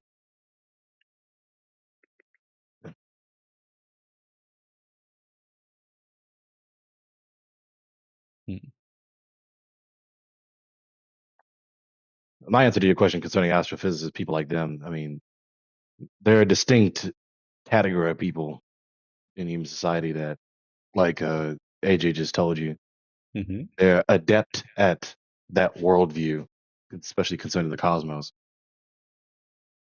It's primarily a cosmological view. They don't really have much to say about history or ethics and things like that. It's more so primarily its distinctives are of scientism. It's primarily mostly made of metaphysical distinctives. Even though they do say some things about history, but they're really not that in depth with it. Because really, history can just be summed up in just a long string of unintentional coincidences, just matter flailing around in a black void. That's really all they have to really say about history in scientism. But yeah, these are these people who are distinctly adept at the lore, pretty much it, and contriving complex, convoluted, complex, convoluted notions, even based on whatever data that they may be working with. And there's really not much data. It's not like there's tons and tons of data. We sit here on the Earth and we stare up at the stars, right, with the naked eye or with the aided eye. We don't even know that much about them.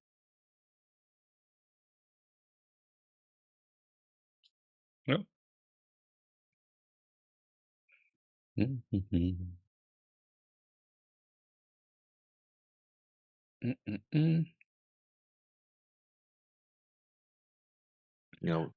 What would that like I told you earlier, this multi-decade, even multi-century old psychological operations, and especially in the age of the internet and TV and mass telecommunications, we've been raised in this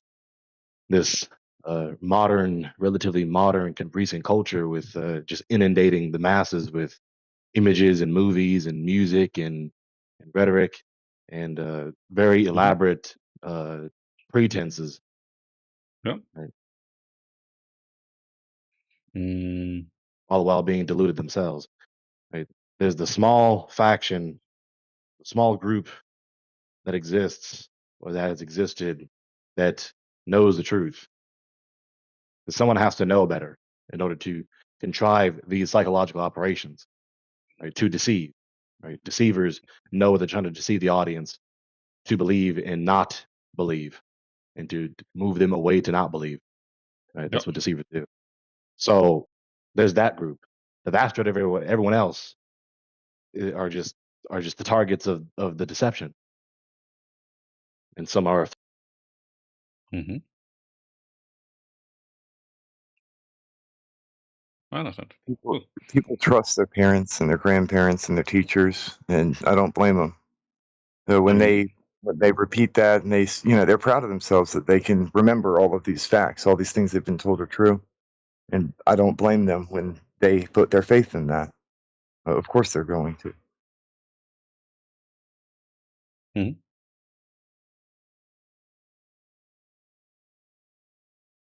I cannot say many things. I mean, in physics, when we started, for example, we also, of course, the first thing we will get taught is basically, well, most of the stuff we do are models. So models are not correct; they are like good descriptions.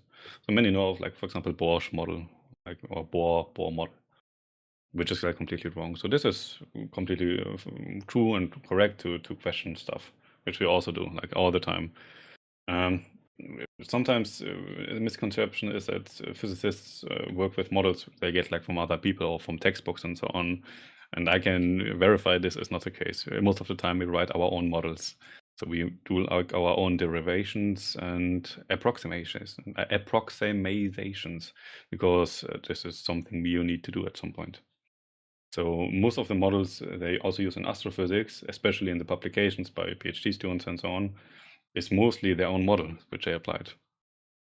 Well, most of the time, but it's built using a specific set of tools, right, within the globe framework, right, within the heliocentric framework to begin with. Really, I don't think that they don't really think about anything like that, because you don't need. They use Kepler's laws, yeah, sure, and so on. So there's like some globe Earth in it, but it works. So they correctly estimated stuff in our universe. Then you have again space missions on satellites which prove that. So it's all again false. You're right. Doesn't make sense. If you don't have satellites, you cannot argument anything for astrophysics, I guess. And also telescopes are not working because it's all falsified data because of the atmosphere. I posted something in the side chat. It's a quote from Einstein about math and reality. They are not certain. As far as they are certain, they do not refer to reality.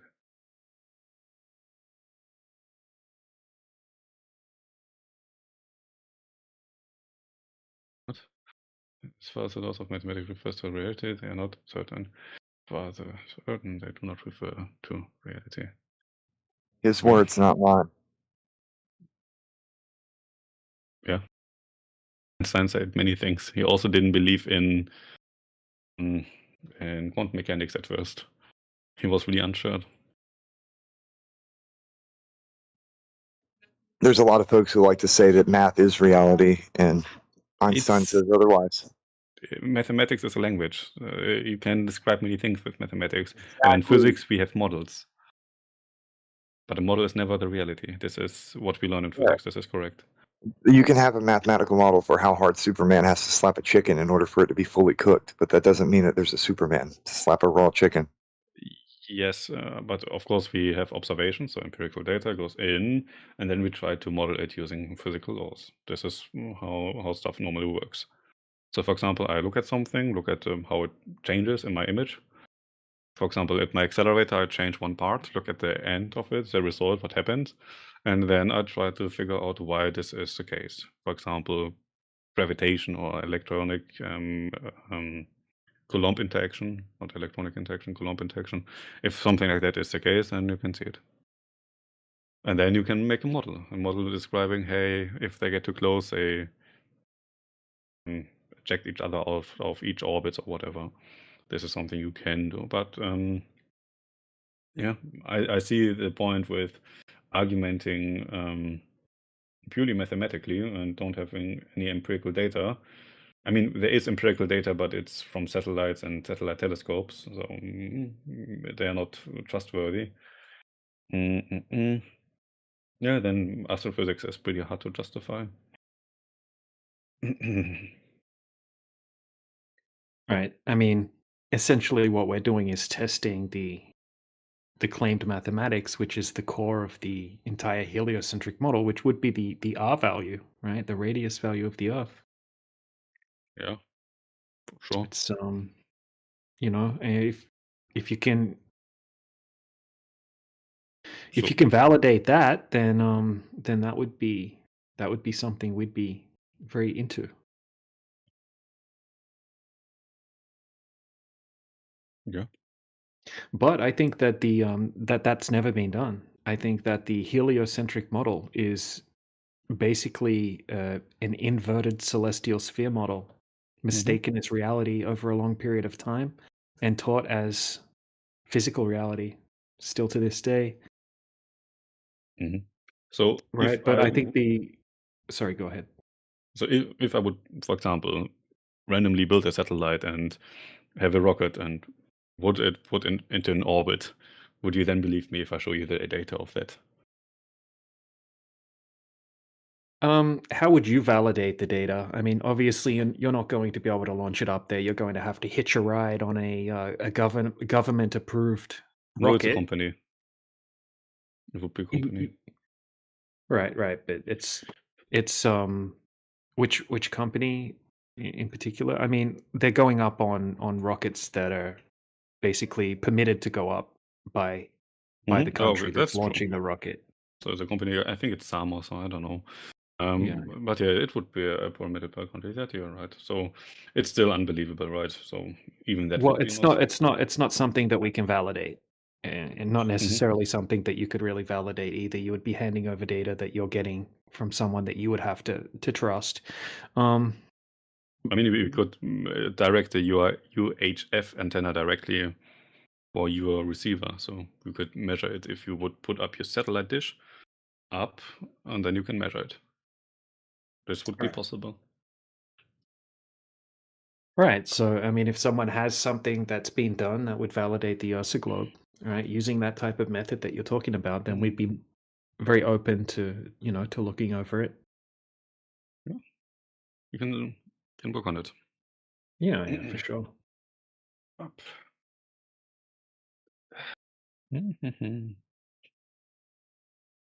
That's a cool project.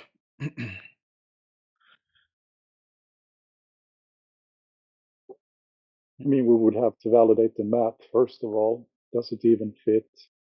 You send pictures back of Earth and it's like complete 100% see the ball from, I don't know, 100 kilometers up. That wouldn't be feasible mathematically. So that would be the first step. And then we'd have to validate the picture. Okay, so we see a curving lake. Okay, so we go to that lake and there is no curve. When we measure over it, what are we going to conclude? Okay, well, good argument. So we would need like a satellite which can measure what magnetic field. No, that is not correct. What could we measure? What would be interesting? I think the easiest thing would be to find that 66-footer curve over 10 miles. But your satellite would not rotate in space. It would just detumble and then it would be circling. It would stay the same. Except if we would say, for example, we look at the smaller albedo we have from Earth and then we would always rotate back to Earth. But normally satellites don't do that. But let's do that. Then we would find like a 360 it would make all the time. It would be really inefficient. And it will probably die really fast. I got something fun that you can do that's pretty easy. You can take any given image from Earth that they give you, any sphere looking image, and compare it to any map that you want to compare it to. You might have to resize it to get the continents, but compare it and just have a look for yourself. Okay. What do you mean, like with spherical images or like maps? Whatever image you want, whatever map you want, but you're gonna have to resize it so that the continents match, and just overlay that image of the sphere or whatever over that map. Have a look. Yeah, because it's a projection. So if I would be coming from a globe perspective, we need to add data basically, because if you spread area, That's you why I always said have any map, whatever map you choose, any map, any image, it doesn't matter. Okay. I have no idea how I would do that right now. I would take an image and try to figure out how the Mark-Harter algorithm works, and then I would use that to back translate maybe. But I need to figure that out, how to do that. Like I mentioned, I'm not a specialist for maps and geophysics or something like that. But yeah, really cool. Well, if you end up doing it, you'll see what I mean. It's interesting. Yeah, I mean, sure.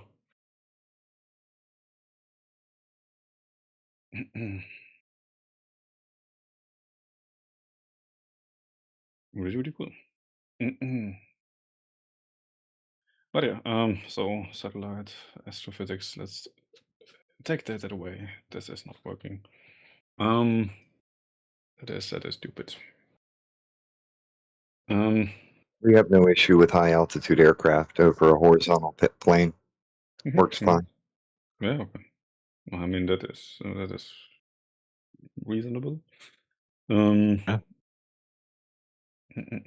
So where does all the money go for, like, all the satellite projects and rocket projects and what else? Yeah, that's a good question. No idea. Given the current condition the world is in, and all the billions and trillions of dollars that have been given to them, has been sent to them by various means, not anything good for the people.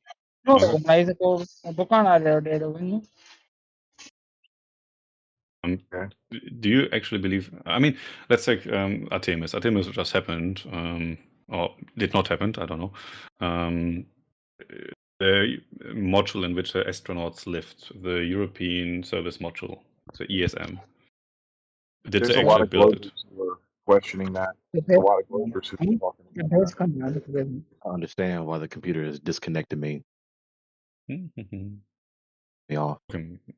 Maybe this is circular. I mean, we already talked about it, that it's not trustworthy to. I'm asking circular questions, I guess. So I talk about. You know, I was that. excited with the Artemis mission, and I think a lot of globe earthers were excited. You know, because we can take a $500 camera and we can zoom in on the moon, and we can see the craters upright at the top of the moon, and then we can pan down and we can see upside down craters on the bottom of the moon, no problem. And you would think with all of this amazing technology in 2026 that NASA has access to, obviously, I think people were expecting a little better than what they got from the footage that came from the Artemis mission. For example, people were hoping that they could maybe zoom into the Earth, right? Videotape the Earth rotating from space, maybe zoom in on some upside down mountains, or something like that, right? Zoom in on some upside down clouds. And a lot of people are extremely pissed off that they feel like they didn't really get what they had hoped for. And I think it actually created a lot of new skeptics, millions of new skeptics potentially, because the footage was very unimpressive. There were a lot of hiccups, right? Quote unquote hiccups in the footage as well that people have pointed out. But I think it was very unimpressive, and I think the footage that we did get can't be distinguished from something that could easily be faked. Right? For example, we basically got AI to create some very similar looking images from Artemis that the Artemis mission showed us, and we could show them to people and say, "Hey, we've got these images from the Artemis mission. How can you tell that this is a real image?" And they'll get angry. They'll be like, "Oh, you think everything's fake, right? Yeah, It that's looks fine. realistic. This is exactly what I would expect it to look like." And we'll say, "Hey, well, this is fake, right? This is something that we created, right, to prove a point, to show you that how easily you can be tricked." Yeah. And people could easily be tricked. Just same with the Apollo footage, right? A lot of the Apollo footage is just absolute junk quality. So I mean, a lot of it's faith based. It's always going to be just faith based when it comes to this space stuff. Okay. Now, mind you, in addition to that critique, what sometimes if you'll stick around often enough in here, is they'll criticize so-called flat earthers for rather low quality GIFs or video clips, right? Even though it's clear enough for you to clearly see whatever the clip is, whatever the clip is showing to prove whatever point we're making in a given moment, right? So they'll be rigorous with our, as it were, low quality images, stationary or moving, right? Static or moving, but they'll look at the much worse low quality images from their own sect, right, as it were, from those on their side, to speak simply to make the point clear, and they will not apply any rigor, not any. They won't scrutinize it at all. They won't apply any incredulous or skeptical scrutiny of it at all. They'll just accept it and they'll vehemently defend it. Right? That's a clear over and over again in so many instances. There's these instances of them being flagrantly double standard, not even like slightly hard to detect double standard, but flagrantly double standard when it comes to scrutinizing the opposition and testing their own position, the content from their own clerics, over and over again, which of course is, to a greater point, a dead giveaway for how corrupt the thinking is of the scientist, the adherents of scientism, especially the more devout adherents, more devout believers. Yep.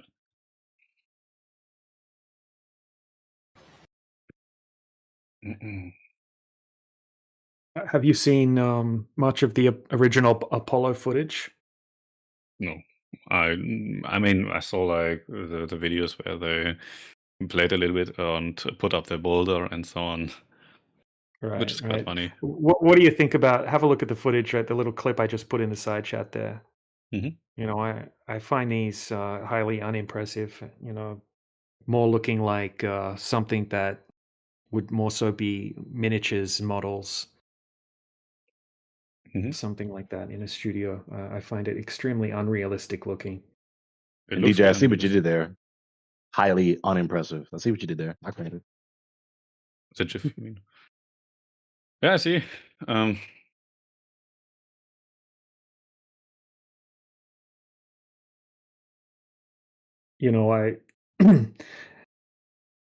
Yeah, quite often I'll post these and people won't believe me that they're actually from NASA. They'll say, well, they'll laugh, obviously that's not from NASA, right? Prove to me that those are NASA footages. They're obviously fake. And then I can go and, post the links to where we got these from, which is, from the NASA YouTube channel, the official NASA YouTube channel, or the Smithsonian Air and Space Museum YouTube channel or websites. And yeah, these are actually claimed to be real. Cool. So yeah, obviously it doesn't prove that the Earth's not a globe or anything like that, but I don't know. Just looks fake to me. Yeah. I mean, I don't know how it would look correctly, so this is an argument. So let's assume it's fake. So what would be correctly looking like? Well, I mean, I guess it probably wouldn't be moving in such an unnatural way like that, right? What is natural? It wouldn't look like paper mache. It wouldn't look like a a fourth grader's Mhm. science project, Okay. right? Like I wouldn't imagine Could also the have movement. something to. I mean, it's the 60s. I don't have any expectations for the 60s. Right, the physics CGI, remains the same. the quality of fictional, footage is shitty back then, right? This is very much comparable to the science fiction movies that we had in the 50s. The quality Mhm. of the footage, it doesn't look much better. So yeah, I mean, look, this isn't proof of anything. I'm not posting this as proof of Yeah, it's anything, but I fine. think most people that look at this footage, say that it looks ridiculously fake, right? To the point where it looks almost like Thunderbirds or something like that. It's just kind of ridiculous Oh, looking. well, I mean, I wouldn't, even in the second last one there. I mean, we've got this little dish on the side of this module, Mhm. and it looks like something breaks or some of the sticky tape breaks, and then it just starts dangling. Yeah. Would you expect it to start dangling like that?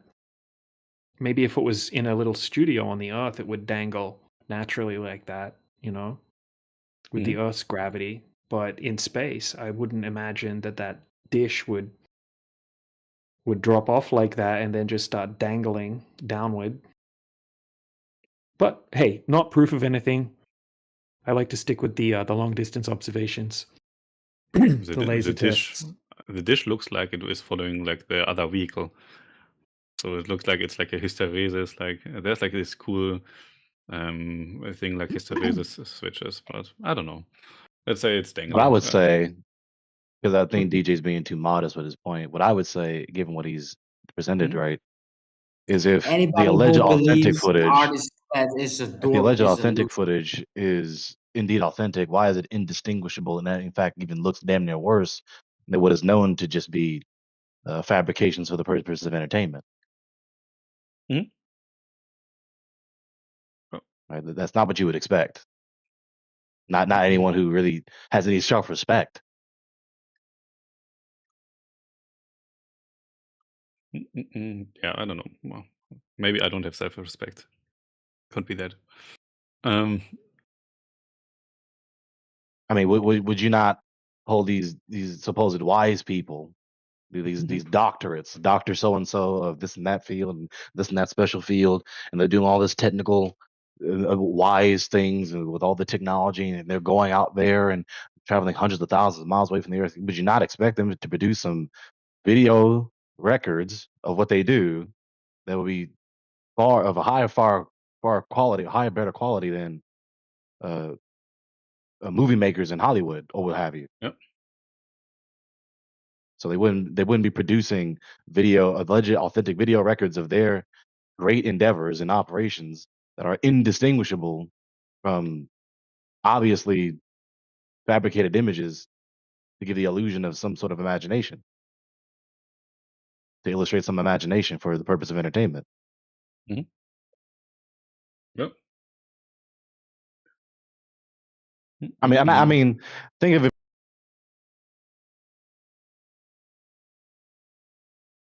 Oh, connection. You got kicked out again. Strange. Cool. Yeah, wait, maybe he will rejoin. But my time is nearing an end because I need to eat something, to be honest. I get hungry. Yeah, no problem. Well, I appreciate you stopping by and having a good faith conversation for such a long time. Yeah, I mean, at first I tried to argument a lot of stuff, but it doesn't make really sense if I'm the only one who's for it to argument it. I have arguments, but I think that maybe before I join like a talk like this dance, I should prepare. Like everybody Yeah. here has like stuff prepared. I just joined because I thought, hey, it would be funny to listen to those guys. At first, I was like really heated. So how could I not believe it? But then you gave like some examples, and I say, well, yeah, from your point of view, it looks like that. It currently is really like, okay, maybe there's like something in the bushes. Maybe there is like this I don't want to say conspiracy, but there's like this wrong information propagation, and also the misintent, or let's say it misintent, or the bad intent of some scientists or some government groups to get like this wrong word model around. Maybe I've written down some stuff which I can look into, which I can recalculate and look at if I can try to solve it without like globe methods or globe physics or anything globe related. Yeah, so really interesting talking to you. I hope I didn't insult anybody here. This is not my intention. No. You've been very respectful, and I apologize if I No, said it's anything fine. that was rude at any point. I get heated sometimes in science, you know. There's like strong beliefs. It's like we talk here about worldviews, and still, I still are really doubtful. Not really doubtful. I think to 100% that I'm right. That I say the Earth is round. You give me many proofs. I say that some of these proofs are either false or not really correctly done, or that there's like some consideration which is not done to a complete experiment, so reproduce not Right. completely Yeah, done. look, I understand that. And most of us, when we first had a conversation about this, right, called bullshit on it as well. Yeah. And it's not until doing a lot of research that it starts to actually, make sense. But, I understand that you're in a line of work that's highly globe related, I guess you could call it. And Yeah, but like I mentioned, I will look into it. yeah. Maybe This is the thing. I mean, you try to think of, when you're thinking about this topic after you go, okay, why can we set up a camera, just above the surface of the water, right? Say 5 foot above the surface of the water, and zoom across a 34-kilometer lake and see the shoreline on the other side of the lake, right? Do it during the daytime, during the nighttime. Then we can shoot a laser across it and hit something, right, on the shoreline. How would that be possible if there should be, 200? Yeah, of course. Sorry, 293 foot of curvature over that distance. It's a huge amount of physical obstruction, but we just see completely flat, straight across the lake. I will look into it. There's Alright. maybe some explanation or not. Let's see it. Like I mentioned, we are building a satellite which will launch like maybe this year or next year. So That's maybe awesome. this is also wrong. Maybe we will see like a flat Earth. I don't know. But I saw the satellite. I also saw the ESM, by the way. I also went to Bremen and looked at it and talked with a physicist at place, which is quite funny. So maybe they were like gaslighting me and said, "Hey, we built it for fun." Well, no, you I know were y'all just moved on actually. without I me mean, because I just eventually just dropped out. I'm sorry again. It's fine. yeah, we wondered where you went. But yeah, I don't know. We went over that earlier. You were saying that the tunnel's straight and that the laser goes straight, right? But but it's mapped onto a spherical coordinate system. It's not mapped on if you put it in relation to the geo potential. The geopotential is curved in general, but in like normal Earth coordinates, everything is straight. It's a tangent line lying on a curved path, and you need to consider that in construction. This is all what I said. So the tunnel is curved if you put it into this geopotential coordinate system. But we are not in a geopotential coordinate system. We are in a normal Cartesian coordinate system. So this is all I said. Of course. I love what you just said. Thank you. Truth. Yeah, okay. We live in a Cartesian coordinate system. Geopotential is important if you want to have same sides. Anyway, I need to eat something, like I mentioned. Take care, you guys. It was nice talking to you. Yep, and hey, Garrett, I apologize for being uncharitable to you earlier. I was frustrated with other things and I took it out. So It's fine. I mean, I get Okay. also frustrated with you guys, to be honest, at some Oh, point. good. Okay. So, yeah. But that is normal. That is science. This is It science is normal. discourse. It is normal. Well, I appreciate having you. I'd love for you to come back and we can have further discussions. This was great. Maybe I can also prepare some stuff because this time I was not prepared for this conversation. Yeah, we know. Most people aren't. Take care. Bye-bye. Yeah, that Oh was man. He's got some cog dis, and I think he's starting to see through it. So that Yeah. might be interesting. He has to Yeah, reconcile. he was Yeah, pretty go ahead. passionate when he first came in, but he chilled Yeah, right out. He chilled I right feel out. I got that feeling, even though I wasn't here to hear it. Yeah. I hope he Yeah, comes. unfortunately, we didn't have the bot wasn't in here for the start of the conversation, but yeah, it ended up being a good conversation. He mellowed right out and was listening and not trying to argue every single thing that was said.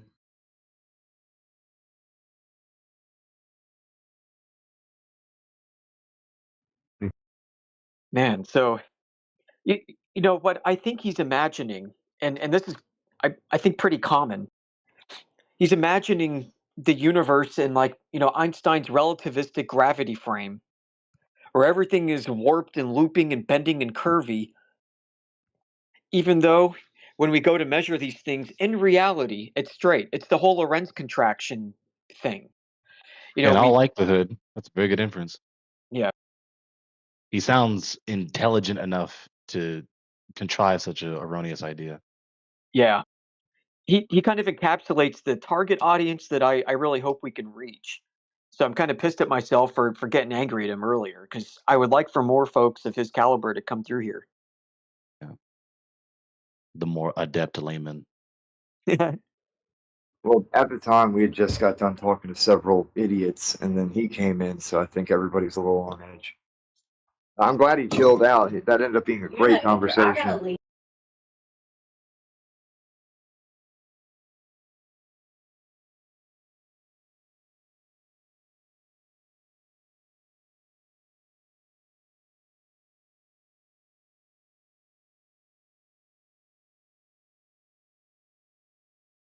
All right. Well, I had an event lined up. I thought I started it, but I didn't start it. So I'll start the event. Can you prove the Earth is a globe?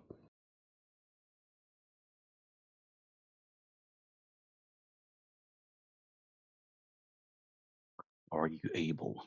Do you have that skill?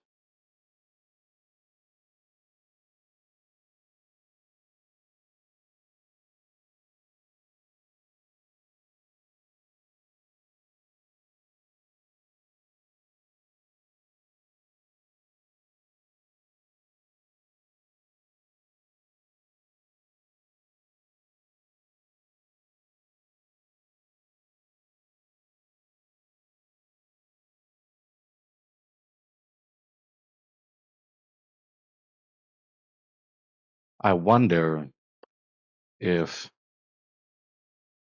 the suppressors, I'll call them, I wonder if the suppressors, those who are designated to the task or the operation that is to suppress, as it were, so-called flat Earth content. I wonder if the intensity of their effort has decreased or increased over time. I wonder.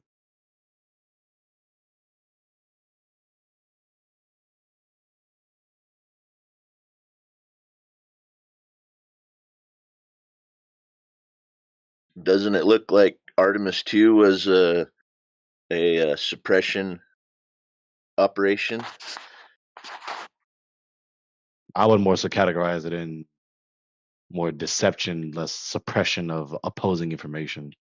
It was more more publishing of their deception than suppressing of critiques and refutations of it.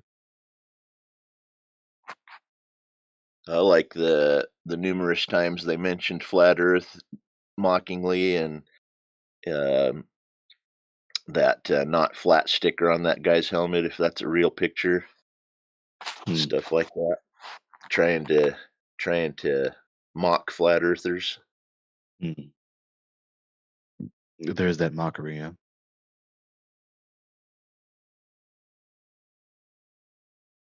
Yep, that's their best tactic. I think that they're on the right path with the mockery, ridicule, make it socially unacceptable. Have it that the general opinion of what flat earthers are is just morons that aren't worth being taken seriously. And it seems to be that most people that don't know anything about flat earth have that opinion of flat earth.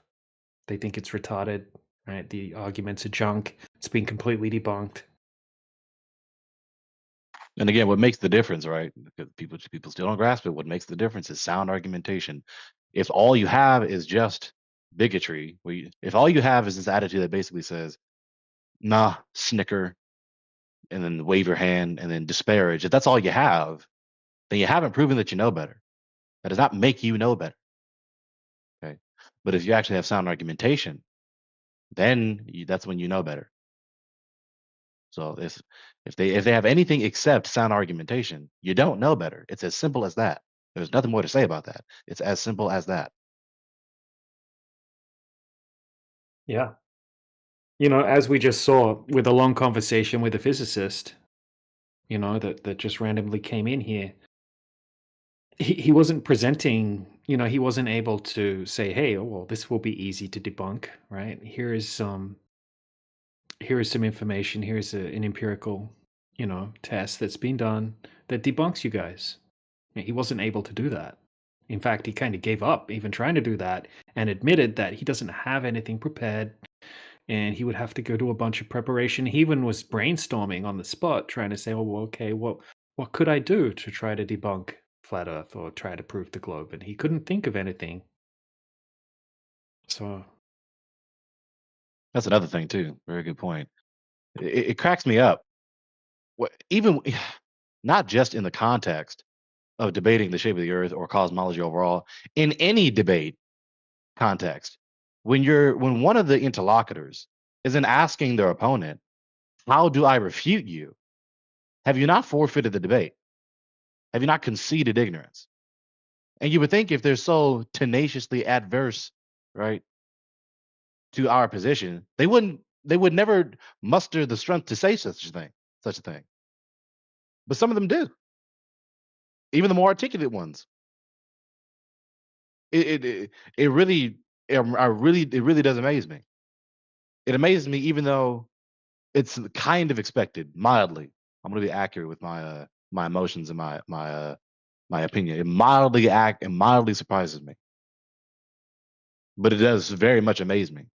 Like, you're in the middle of a debate right now. You're gonna ask me, how do you refute me? Or how do you prove your position? You just implicitly conceded that you don't know what you're talking about.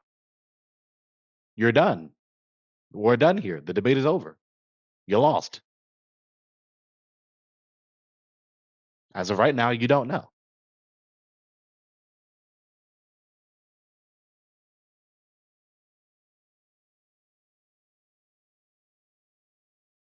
But then still try to maintain the masquerade of the one who knows better when trying to insinuate or explicitly try to say that if I don't tell them how to refute me or how they can prove what they believe is true, right?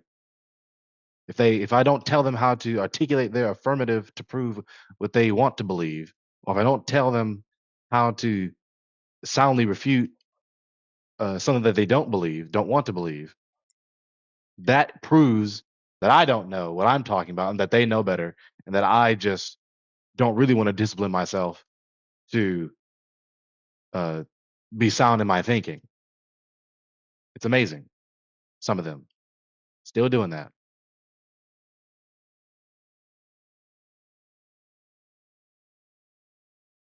Cool.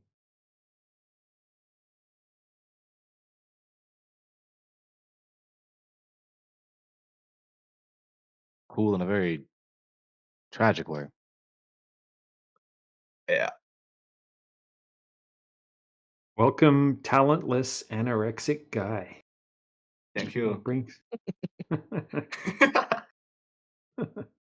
Welcome, man. What brings you into the Thank you, show? man. I don't know, curiosity. All right. Well, let us know if you have any questions. Most people have a misconception of what flat earthers claim. So, yeah, let us know. Have you looked into this topic before, or this is not I saw some something? videos by Professor Dave, like debunking some Oh, of yeah. the flat Yeah, earthers. yeah. That's about Oh, it.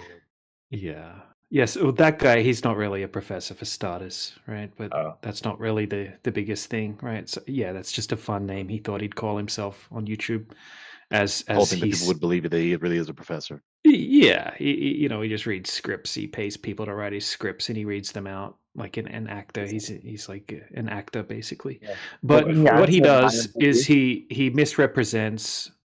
Most of his arguments are just pure straw man arguments, right? He'll tell you that this is what flat earthers claim, right? And then he'll debunk it, and you'll think, oh, if well, that's retarded that they claim that, and oh wow, he debunked it, flat Earth debunked. But once you actually learn what we actually are claiming, you'll realize that those are just straw man arguments. Or he'll find a retarded flat earther, which there are a lot of out there on the internet. Okay, on both sides, retarded people.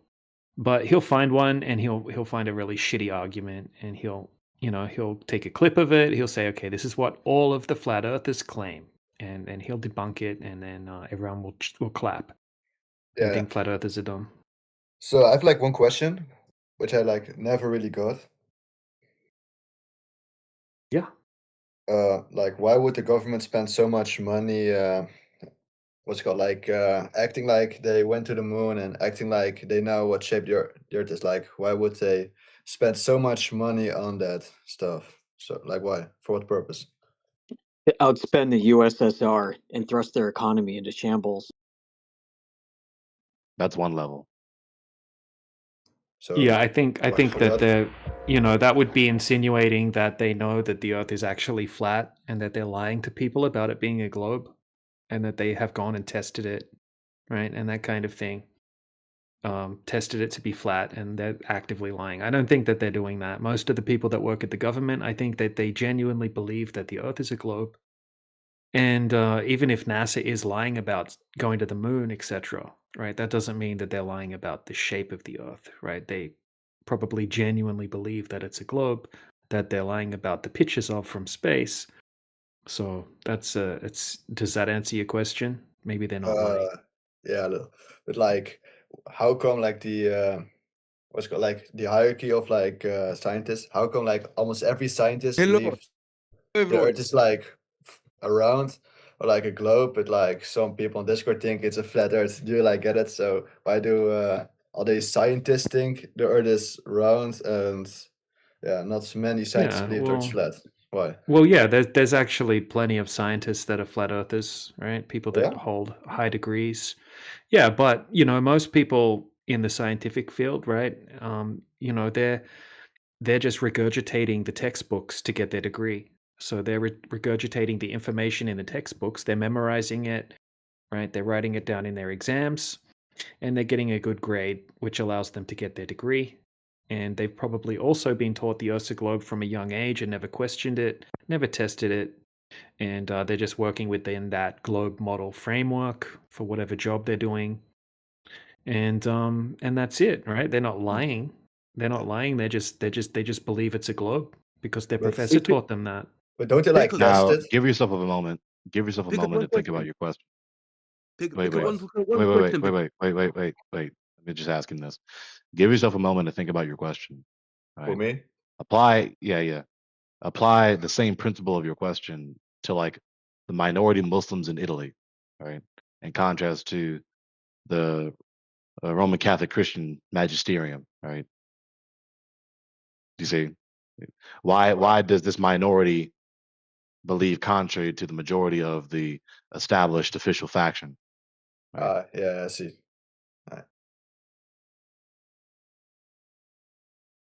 Yeah, it's kind of One like question. a tradition, the globe at this point. It's handed down generation to generation as if it's a fact. But when we go out and actually test for the curvature in reality, we don't detect any curvature where there must be curvature. One question, guys. One question. Yeah, what's your question, MJ? Yeah. So every other ecology talks about how this animal eats another animal, and how this physics works, how chemicals work, right? But the only things about astrology or anything about planet is not true. How does it work? Every other book is right, but the planet that doesn't make sense. Yeah, no one said every book's right. Maybe the flat earth is the, how do I say this, is a tradition that has been passed from the generation to generation. Well, look, if all of those other books work just fine if the Earth's flat, right, then that wouldn't be a problem. If people are claiming that the Earth's a globe and they don't have any empirical evidence for that, then that's a problem. And then we go out and test it hundreds and hundreds of times, and we don't find any curvature over huge distances where there would have to be curvature. Okay, we're just testing it, and it doesn't pass the test. I mean, if you don't have professional equipment, right? Let's just say, okay, maybe you don't believe in professional equipment of the scientists because maybe they're not true, right? But you don't have Right. how do I say this? You don't have engineers that are flat earthers who make Yeah, we do. very very articulate and advanced equipment that No, can we do. that We can do let you know if specifically. We specifically have exactly what you just assumed that we don't have ignorantly, right? So you Oh. ignorantly assumed what we do and don't have, right? And I can show you a video right now of a whole team of engineers who are flat earthers, right, using extremely expensive, high-powered equipment to debunk the globe. Oh, please let me see, please. You want to see? Yeah, I'll put the information in the side chat.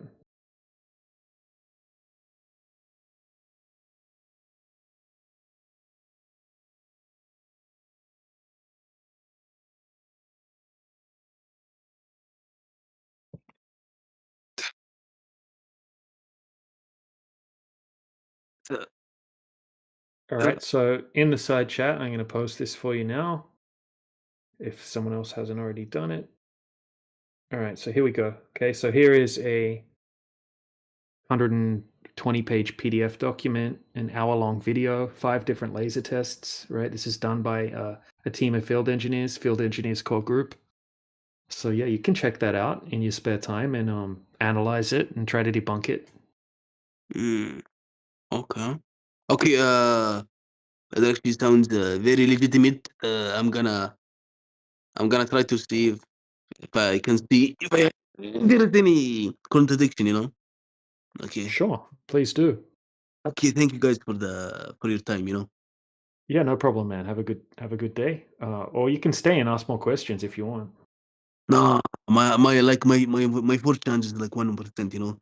I don't have any questions. Because I asked too many questions in the flat earth VC.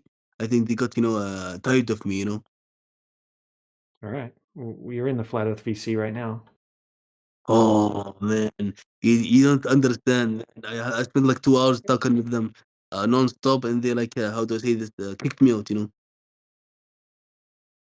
this VC? Yeah, like 2 hours, 2 whole hours. When? When was this? Like maybe like a month ago, 2 weeks ago. I Oh, don't know. okay. Yeah. In this Right. VC, the one you're in now? Yeah, exactly. Okay. Yeah, it happens. Shit happens. Okay. Have a good day, everyone. Have a good day. All right, bro. Gotcha.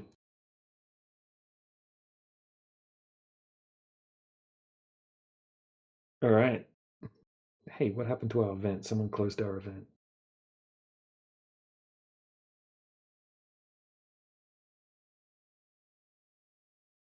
It's Why not would that it they not use be better real? CGI, right? Wait, why would No, NASA have to lie to you that this is not real? What are you talking about? because we measured the Earth flat. No, we didn't. When did we measure Yeah, we the did. Earth We flat? measured the Earth flat. You didn't measure the Earth flat. We did. Oh, I really. We're here to Can you tell you show about it. me? Okay, where did you publish this paper that you measured the Earth flat? No, you don't publish papers to prove that you measured the Earth flat. Well, where did you publish this information then? Like, where can I find this where you prove that Oh the Earth shoot, is man, we got terabytes of it on our home server. It's all over YouTube. You can find it on social media, X, Rumble, Spotify. We've got so much Okay. information to make your head spin. And you know who How else did you? measured the Earth flat? Okay. You know who else measured the Earth flat? The U.S. government measures the Earth flat all the time. State governments measure Really? the Earth flat. Oh yeah, I posted a ton So of can you reference post? citations. So can you reference that from the U.S. government, please?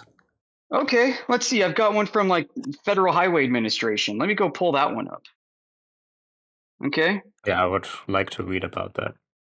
Oh, good. Okay. In fact, if you visit our home server, I'm going to plug it discord.gg/flat earth. Go visit can you and visit our post it side channels. in?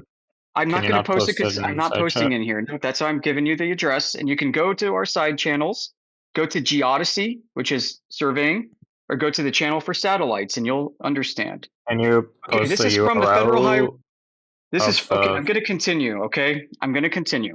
well, Michael how Dennis, can I from go to that transferring place? highway construction to local coordinate systems by the Transportation Research Board of National Academies 2012. Transportation you Research Board, funded by the federal government, commissioned this report to explicitly address a crisis occurring when departments of transportation tried to use spherical and geodetic GPS grids to design and build state highways. This report compares the mathematically distorted grid distances of a spherical Earth model against the true physical ground distances required by construction crews to actually lay asphalt and connect bridge girders. From this report, here's a quote. Map projection systems such as a state plane coordinate system and universal transverse Mercator inherently distort horizontal distances. As a consequence, grid distances will not match distances measured on the ground. Such discrepancies can lead to significant problems in construction layout if not properly addressed. The most effective method for minimizing these discrepancies is the development of a low distortion projection that are scaled to a topographic surface. An LDP is a map projection designed to minimize linear distortion, such that the projection surface is brought close to the topographic surface of the Earth. So why is this a damning quote? Well, because it proves that the globe model that they used, which was considered a literal construction hazard by the National Academies of Science and Engineering. That's the bottom line. So to prevent these significant problems in construction layout, like bridges missing their abutments and pipelines falling short of their connections, the federal government funded a 130-page textbook teaching Department of Transportation engineers to throw the globe away. Okay? So a low distortion projection actually takes into account that the Earth is a globe. Like it's designed to minimize angular distortions. It's designed to minimize linear and angular distortion. It doesn't assume. It From literally what? assumes. Distortion from what? From the globe coordinates, doofus. What? Can you explain to me what linear distortion projections are, or can you just post the URL to this? Like, yeah, I posted everything in the side chat. Okay, great. Let's look at this. Including my write-up. They're forcing their globe math into a new projection that mimics measured distances in reality. And if you think this is the only thing I've got, you've got another thing coming, brother. I've got dozens and dozens of these. Oh, yeah. Okay, sure. Listen, it's not just flat earthers. It's not just flat earthers who have problems with the globe. You got state highway administrations that have problems with the globe. And you got CERN. Did you know CERN, the particle accelerator, was built using a flat Earth grid? What page were you reading this, if I can ask? I don't know, Control F. Because I got you the quote. You can Control F and copy and paste. I'm using a phone. I'm not going to do the work here for you, but I posted the source and the quote. Okay, low distortion. All right. So, for the sake of the audience, so they're not listening to you breathe, I'm going to continue with some more. This is about CERN, okay? This is by M. Jones et al., Geodetic Parametrization of the CNGS Project, European Organization for Nuclear Research. The physicists at CERN had to align the underground magnets of the accelerator complex with absolute microscopic precision. They compared the standard geodetic, geographic globe coordinates, like WGS-84 and the Italian Gauss-Boaga frame, against the mathematical reality of what the particle beam actually required. To make the machine work, they discarded the geodetic sphere, and they locked the entire 27-kilometer facility into a custom, perfectly flat Cartesian plane. The reference frame used at CERN, this is the quote, the reference frame used at CERN to describe the position and orientation of all the geodetically aligned elements of all the accelerators is a 3D Euclidean reference frame referred to as the CERN coordinate system. So they created their own reference frame. The CCS is a modified local astronomical system. Can I say something? No. Can I the say principle, something? no, I'm Can not I done. say The something? principle, no, well, I'm not done yet. we have to talk about the other study. You made a mistake. Low distortion projections, especially in this study, do not assume that the Earth is flat. I'm sorry. And even in this particular paper, it says nowhere that they assume that the Earth is flat. Like, I don't know what the fuck you're talking about. Yeah, you're looking like low distortion for people in here that are literally... hey, I'm a flat Earth surveyor for the highway system. That's not what this is about, dude. You have to use your... No, do you even know what a low distortion projection is, even? Yeah, it's when you take a reference frame that's more global, and you increase the resolution, and by doing so, you find errors. And so what you do is you flatten it out and shrink it down to a smaller size so that your compounding errors also reduce. Yeah, and it low distortion projection maps the projection on the curved Earth, not on a flat Earth. It's literally topology. It minimizes geometric distortion in specific limited area. It's linear, dipshit, and Euclidean. Yeah, linear. Yeah, you could have linear things in topology. Like you could have linear things on a 2D plane. Like that's the whole point of distortion. Plane, yes, reducing exactly. dimensionality, dude. What are you talking about? Linear things on a 2D plane. No fucking shit, Sherlock. Yeah, they do not assume that the Earth is flat. They do not assume that the Earth is flat. I'm going to continue with my quote because this is bothering you a lot. All right, so no, let me go back to Stern. Okay, holy shit, man. I can't even get out a few words here without these idiots trying to overtalk. God damn. All right, so where was I? All right, so Stern basically created their own local tangent plane, okay, and it was flat. And what they erected a pillar point called P0. This is in these documents. P0 is at the center of their building site. The z-axis, the vertical axis going all the way up to the sky, is parallel to all verticals on this tangent plane, okay? So what they did is they flattened out the Earth, whereas if Earth is a globe, all your verticals are going away from each other and meeting at a supposed common center of a globe.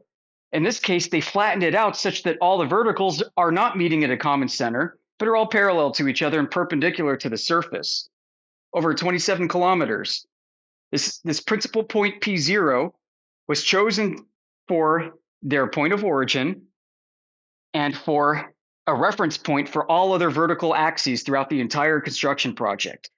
Each projection distorts reality and may introduce a scale factor. The plane in which the trajectory is computed is considered tangent to the ellipsoid. So yeah, they thought they were still on a globe as they were doing this, as they were building on a flat tangent plane.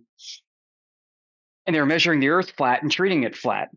I'm not saying that the people who were constructing the Stern facility were secret flat earthers.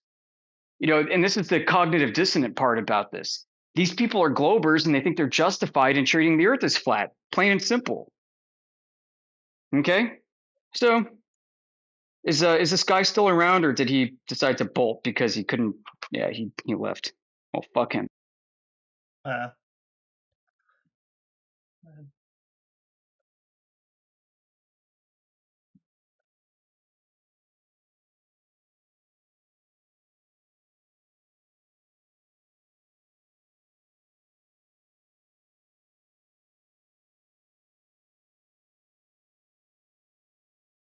It's crazy, man. Like, you start off in good faith to try and have a conversation, and they start spiraling and spewing venom. It's crazy. Listen, I'll match your energy. If you're going to be a total asshole like that, I'm going to be an asshole too, and we're just going to make a shitty stream together. I could also just mute and boot you, but it's a little more fun to play with you beforehand. You're going to do that. Mm-hmm. Yeah. She's like, you don't know what an LDP is. I'm like, yeah, and then here's my definition using my own words. She's like, okay, good. Oh man, I heard that flat earthers are the dumbest people in the world. I should go in and try to intellectually bully them. Then I'll feel better when I'm amongst my peers who are all smarter than me. All right, where's that flat earth room? I want to go bully some of the dumbest people on earth. That way I'll feel smart. Oh, there they are. Okay. Hi, flat earthers. Any evidence of the sun going around and round and around like a racetrack? Sorry you had to experience that, man.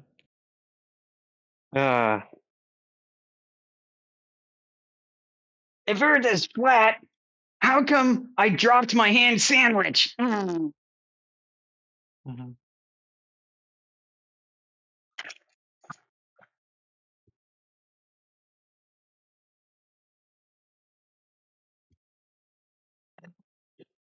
I do have some questions about flat Earth if you're interested.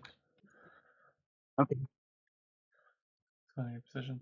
I suppose my first question would be how complete would you say your model is? Why do I need a model to do what? Well, that's well. I mean, I'm here. Like, do not. I mean, it's fine if you don't have a model, but I was just wondering because a Right, lot of it's flat completely earthers fine. have models. You could just say, Well, I don't know. Yeah. Well, I mean, but assuming why? if you are a flat earther, then you at least have the model of like the Earth is flat, right? Like, I guess that's some Well, sort of yeah. I mean, model. I understand the Earth to be flat because it's measured that way. Now, what does that look like from God's eye view? I don't frickin' know. If that's what you're asking, or if you're asking for a picture from space of a flat Earth, have one. If that's what you're really asking for. Oh, okay. Otherwise, if you're asking for a model, They don't believe in models like space. scientific models are for observable phenomena. So if there's a model of a globe, then you'd have to make a globe observation to model it first. And I don't know if there's actually a globe observation that matches a model of a globe. See my point? Okay, so would you say then that you have like a biblical view of like the Earth, and that is why you'd consider it to be flat, or not necessarily why, but like that you align with like a Christian Bible No, like it has biblical nothing to do view? with that. It has absolutely zilch to do with any of that. What it has to do with is first I tried to find verifiable evidence of globe curvature measurements and couldn't do it. Frustrated the fuck out of me. And then I actually went out and made my own observations and measurements. And then I accepted measurements and observations of others that you'll talk to in this community. And now I'm just like, well, fuck, what should I do with this? How could I accept the globe is true in spite of and in light of all this information? When you read how people concocted the globe, they're constructing it out of math. They are not actually measuring curvature anywhere. When you understand that that's what they're doing, then you can't go back. You can't be slightly uncertain about the globe. You know for a fact that it is a complete fiction. So there's not a doubt in my mind that Earth is not a globe because I understand how it was created. Because it was created of like through like geometry. Yeah, and human perception of, and it actually has its origins in the perception of how stars behave.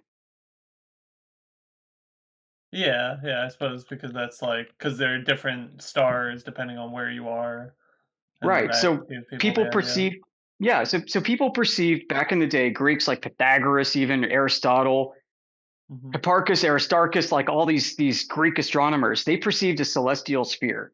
This nobody today, like flat or globe, believes in a celestial sphere. But that's how it started. They believed that there's this like black canopy with a bunch of lights in it that rotated. That was their perception. That's one way you can interpret subjectively how these stars behave. It's not the only geometry that works. With that said, that became a convention. And what happens if you start to use that as a navigational aid or as a surveying aid? What you're going to end up doing is you're going to end up projecting flat Earth into a sphere as you take your measurements and adapt them into the sphere because you're using that as your aid, your reference ellipsoid is what they call it in surveying. So you're projecting flat Earth into a sphere from the beginning. If you were to build a map without using the stars and depend entirely upon benchmarking your measurements to landmarks, straight line, side to side, point to point distances, you will have a very different outcome compared to if you started using stars instead or in conjunction with. And this is noted all over surveying manuals and geodesy and navigation and so on. This isn't a controversial take. That you get different measurements navigating by the stars versus navigating by reference point. Yeah, by exactly. Yeah, like fixed waypoints on the ground. Precisely. Yeah. Now, Well, is nobody, to my that knowledge, has done that for the whole Earth that we know about. That is measure the flat Earth without using the stars. Because the very coordinate system that's been in use for hundreds of years, latitude and longitude, everybody's heard of this, that's inherently spherical. I don't care if people try to flatten that out into a pizza disc Earth and say that's flat Earth, which is not the case. That's still a globe. Yeah. The latitude longitude convention is so baked into society and history and everything else that almost all scientific interpretation, collection of data is shoehorned into this framework. And you could easily adopt a different framework and get a different outcome and it be just as valid. This is the problem of what's called underdeterminism in mathematics. When you get model afflicted and you try to explain things with models, like what people do in here and ask us for all the time, instead of actually assessing the root true cause of things that you observe in reality. Models, there are an infinite number of explanations if you don't have evidence. Yeah. So we're about evidence, not explanations. We're about measurements in reality, not models. We benchmark our claims to reality, not to models. People asking us for models are doing it backwards. It's putting the cart before the horse, the map before they confuse the map for the territory. It's almost like the longest age old problem of man is confusing the map for the territory. Yeah, And but that's what's happened. how do you? I suppose I suppose how do you like? Don't we need maps though to be able to like understand larger concepts in general? Like we can't. You can't have a. You can only have so much working knowledge of a territory, right? Like you can only That's explore true. so much of it on foot yourself. So at some point we need to use like if we want to know anything about a larger like to say something like the earth is flat, right? I feel like to say that you need some sort of model, otherwise you would have had to like walk across the entire earth yourself. Or am I misunderstanding you? It's a bit of an aggressive conclusion. And honestly, just like in court, when if a judge accepts the jury's conviction, it will be because they're either guilty or no evidence of guilt. So, you don't have to prove your innocence in a courtroom, philosophically and logically. You just have to provide, instead of evidence, reasonable doubt. Yeah. So would you say And they that? say, Yeah. yeah, I've got more reasonable doubt for the globe than you can shake a stick at, more than like almost anything that I've ever encountered of any subject or topic area in my entire life.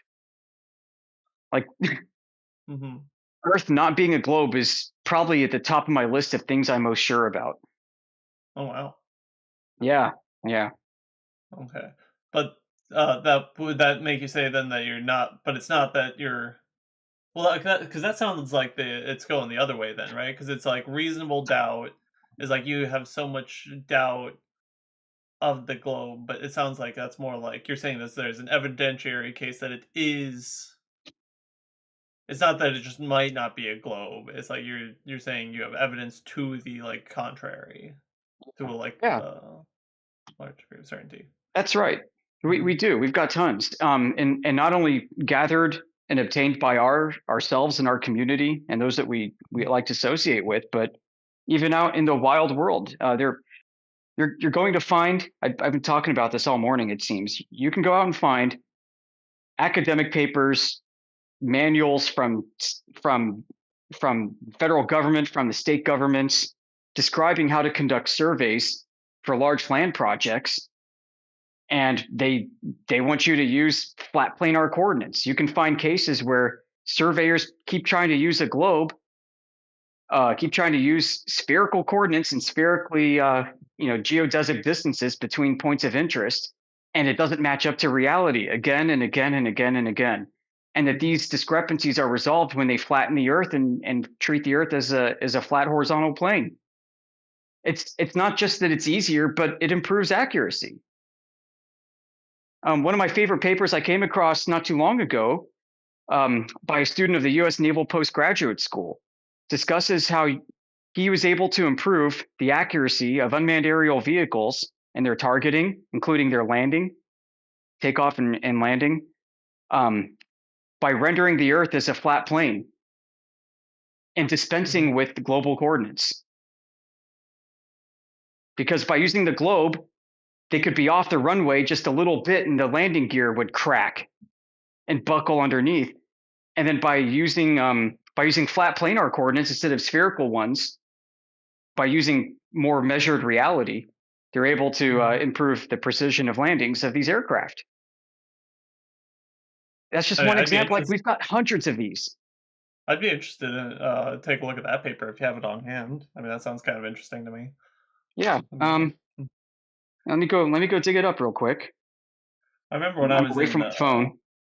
I was in a coxswain's course, and I remember doing a test. I suppose that wasn't a practical test. I don't remember if that was the one we traveled, but it was like learning to navigate using like ocean charts, and that was the difference between ocean charts versus land based.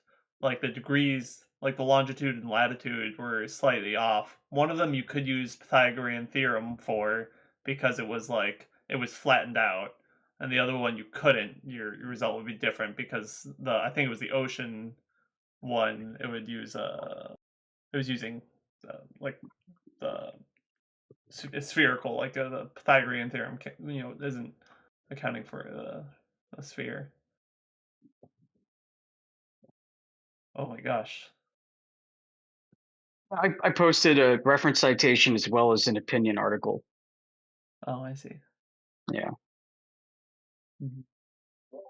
You know what dead reckoning is? I've heard the term. Isn't that when you use No, that's not. I don't think I'm right. In Is that when sailing. you use? Oh, sailing. Yeah, dead reckoning. So Mhm. basically, you take your heading and you take your speed, and Mhm. then you can figure out where you're going by making planar triangles. Mhm. So if the Earth was a globe, you wouldn't be able to do this for very far. But it was Yeah. done for 2,000 miles. Mm. I gotta post on that. It's from the Royal Meteorological Society.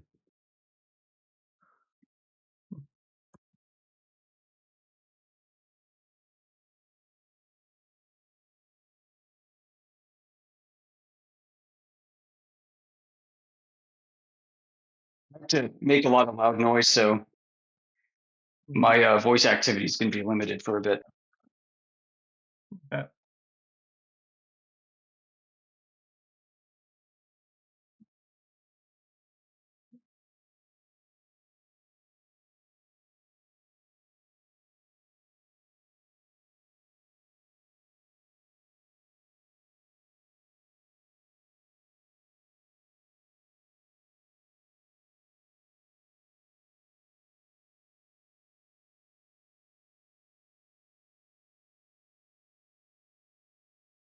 Oh, I went to a schoolhouse right next to this where this thesis came from.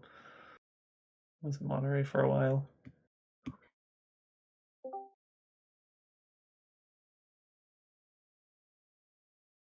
Yeah, like defense language kind of stuff. Yeah, exactly.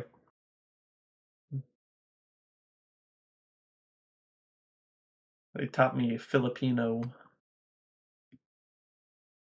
Yeah, I knew a 3-3 in Tagalog. That's funny.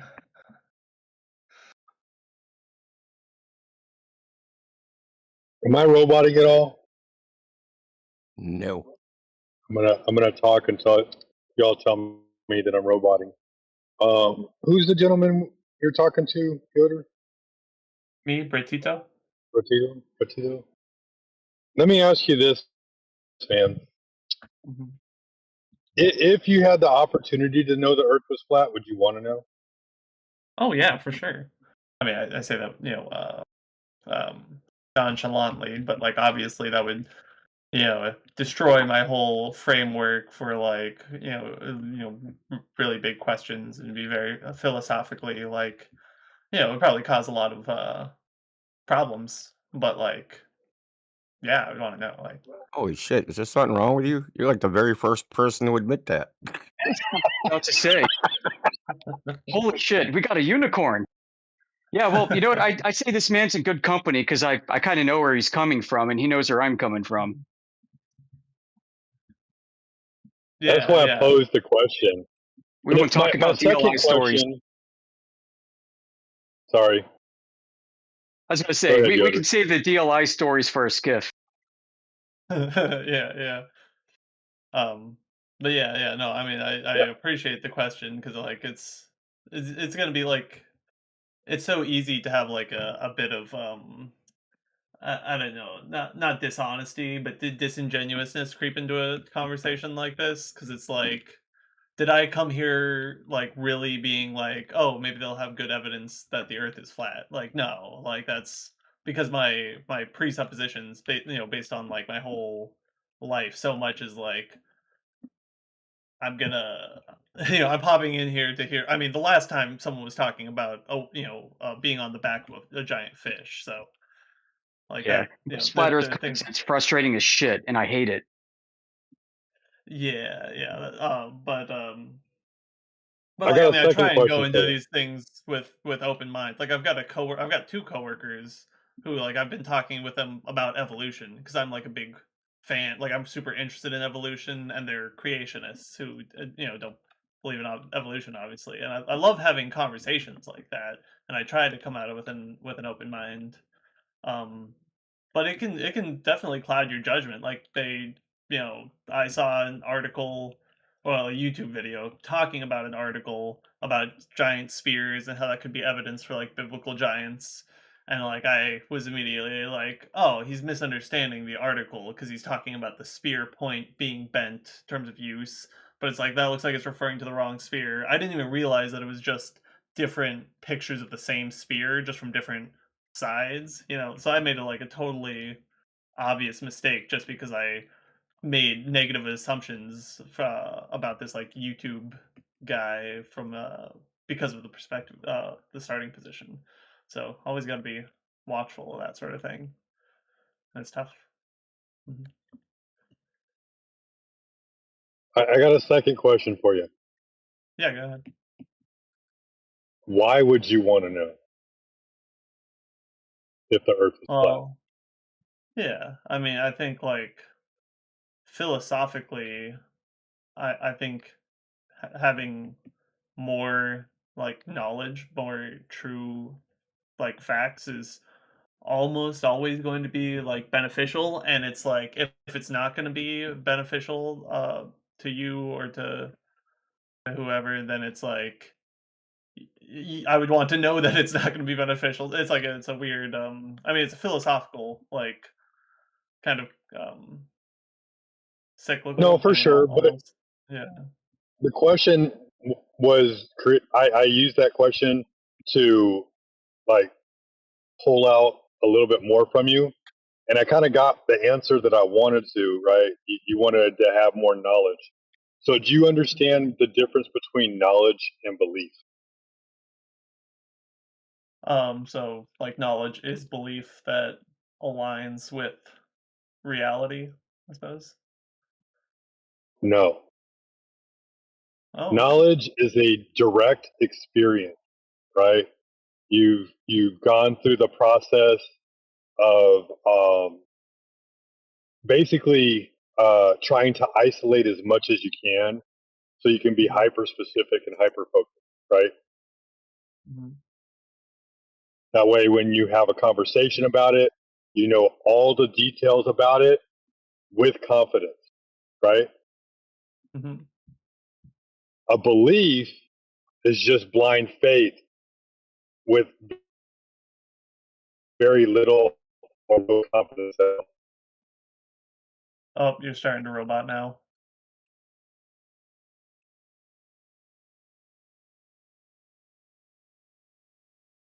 Did you hear that last part?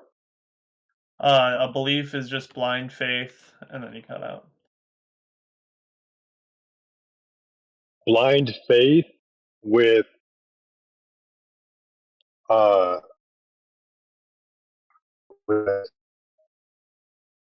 Dang. uh, They really don't want Sheepdog, you your to. blind faith with sheepdog. The little or black no evidence. helicopters are there. Black helicopters. I repeat, black helicopters. Sheepdog.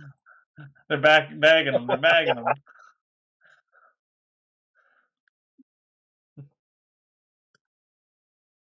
Wants to hear what you're gonna say. Another roboter. Dang, this chicken. Is this what the AI apocalypse is like? I guess so. Everybody just glitching out with little or no evidence. Okay. Roboting. Yeah, anyway, so what I'd like to say is there's a lot of flat earth content now on the internet, tons. It's kind of exploded in the past few years, and most of it sucks. Most of it looks like it's almost done to make us look stupid. Mm-hmm. Like they'll take the globe and they'll project it into an azimuthal equidistant grid and then call that a flat Earth when it's still a globe because they're ignoring the non-uniform scale.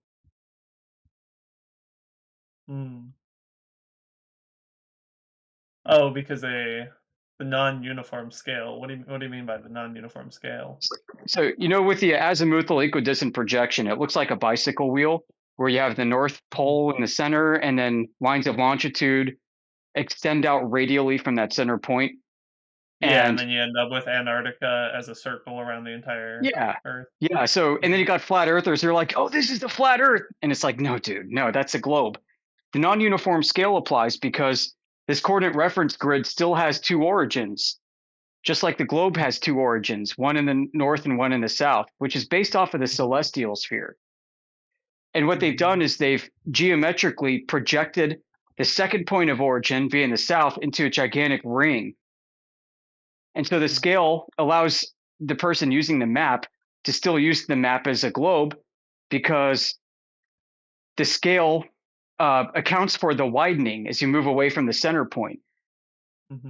So 89 degrees north as the ring around the North Pole is about 430 miles on a globe. 89 degrees south is also about 430 miles in distance or in circumference around the globe. And that 430 miles is now like a ring around the whole map that looks like it's 60,000 miles if you were to apply distances uniformly. But you're not supposed to with that map. So this depiction of the Earth as a flat Earth is just like the dumbest thing. It's been a source of frustration for me for a long time. And as soon as I see like flat earthers representing flat Earth with it, I'm just like, you're too stupid for this conversation. So would that bad about talking about it? Go ahead. So would that explain the Antarctica 24-hour sun then? If you're just saying that like Antarctica is just like placed differently, but it's not stretched out around it, you could have a 24-hour sun just from a different reason. Yeah. There could be any number of explanations for it. Explanations are infinite. And from our perspective, we don't really know where Antarctica is. I mean, what if there are multiple Antarcticas? We don't really know what the sun is. What if the sun can be seen to appear in multiple places at the same time by different individuals in different places because it's specific to each individual? Now, this may sound crazy at first, but when you think about the actual globe cosmology with the solar system, it fits that explanation too. We are told that the sun is immensely large and immensely vast in distance away from us, and that its rays are effectively parallel to one another from the source of emission, reaching us on the Earth. And the parallel rays can only be used to discern a globe by assuming that there's curvature to go along with it. And so your vantage point for each observer to the sun is going to be different and unique to each observer because they're all observing parallel rays from a curving surface. So that's how the globe explains it. And for that explanation to hold water, I just want a measurement of the curvature of the Earth. Yeah. Well, and you're saying nobody's ever presented good evidence of a real measurement of the curvature of the Earth? No, nobody has, and it's even more frustrating because the opposite seems to be more true than people realize. You start digging into, like when I was reading out reference citations earlier, massive, very expensive infrastructure projects where surveyors are attempting to use global coordinates and GPS to enrich their data and improve accuracy, or finding the opposite happens. They have to modify GPS data to work on a flat tangent plane, they call it, to a globe. And then they treat the Earth as flat, and they treat all verticals as being parallel to one another instead of being radially splayed inward out from a common point of origin in the center of the Earth. So the vertical at your point of origin on your tangent plane that you're building on, going straight up to the sky, is parallel, precisely parallel the vertical that's at the edge of your survey site could be 27 kilometers away. But if Earth is a globe, that shouldn't be the case. But they improve their accuracy by treating the Earth as if it is the case.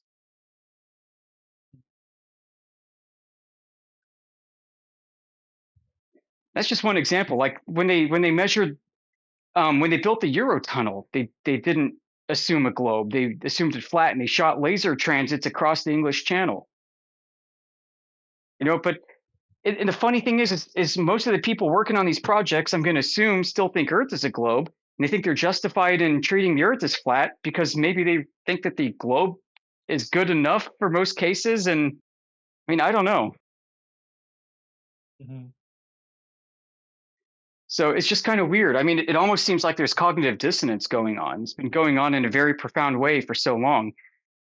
It goes back a ways. So you start investigating the topic, like surveying is probably the best topic to begin studying this flat Earth thing with. And you might be led to a German mathematician, and I think he's a civil engineer named F.R. Helmer. He wrote a book called Higher Geodesy. And this book really is like the Bible for modern surveying. And it's basically how to measure a globe. And he describes a process in about 10 steps. And this is from a 2-volume set that spans like 1,000 pages. But he explains a process in about 10 steps that involves measuring the Earth flat and then choosing a globe model to bend your measurements against. Mm-hmm. And if the Earth was a globe, why would you need to actually do that? Why would you need to invoke a model of a globe that you didn't measure?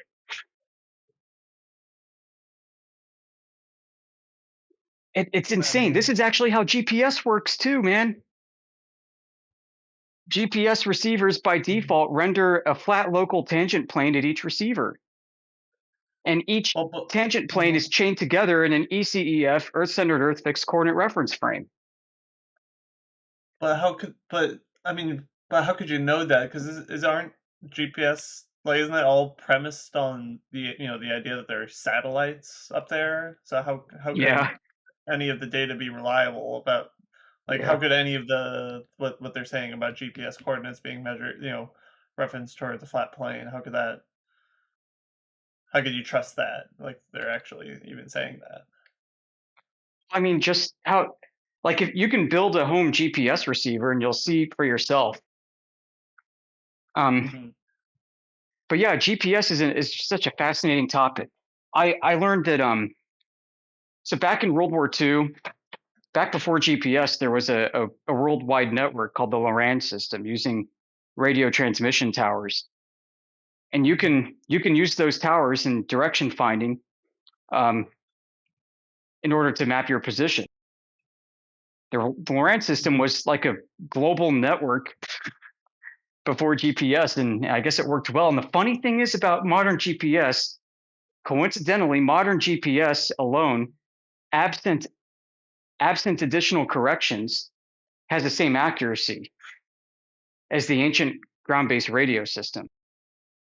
And in order to make GPS as accurate as they claim it to be, millimeter precision and all, now for civilian use too, they have to enrich the satellite signals with ground tower information called the CORS network. There are about 1,300 radio towers all over the Earth that are managed by, I think, NOAA and the Air Force.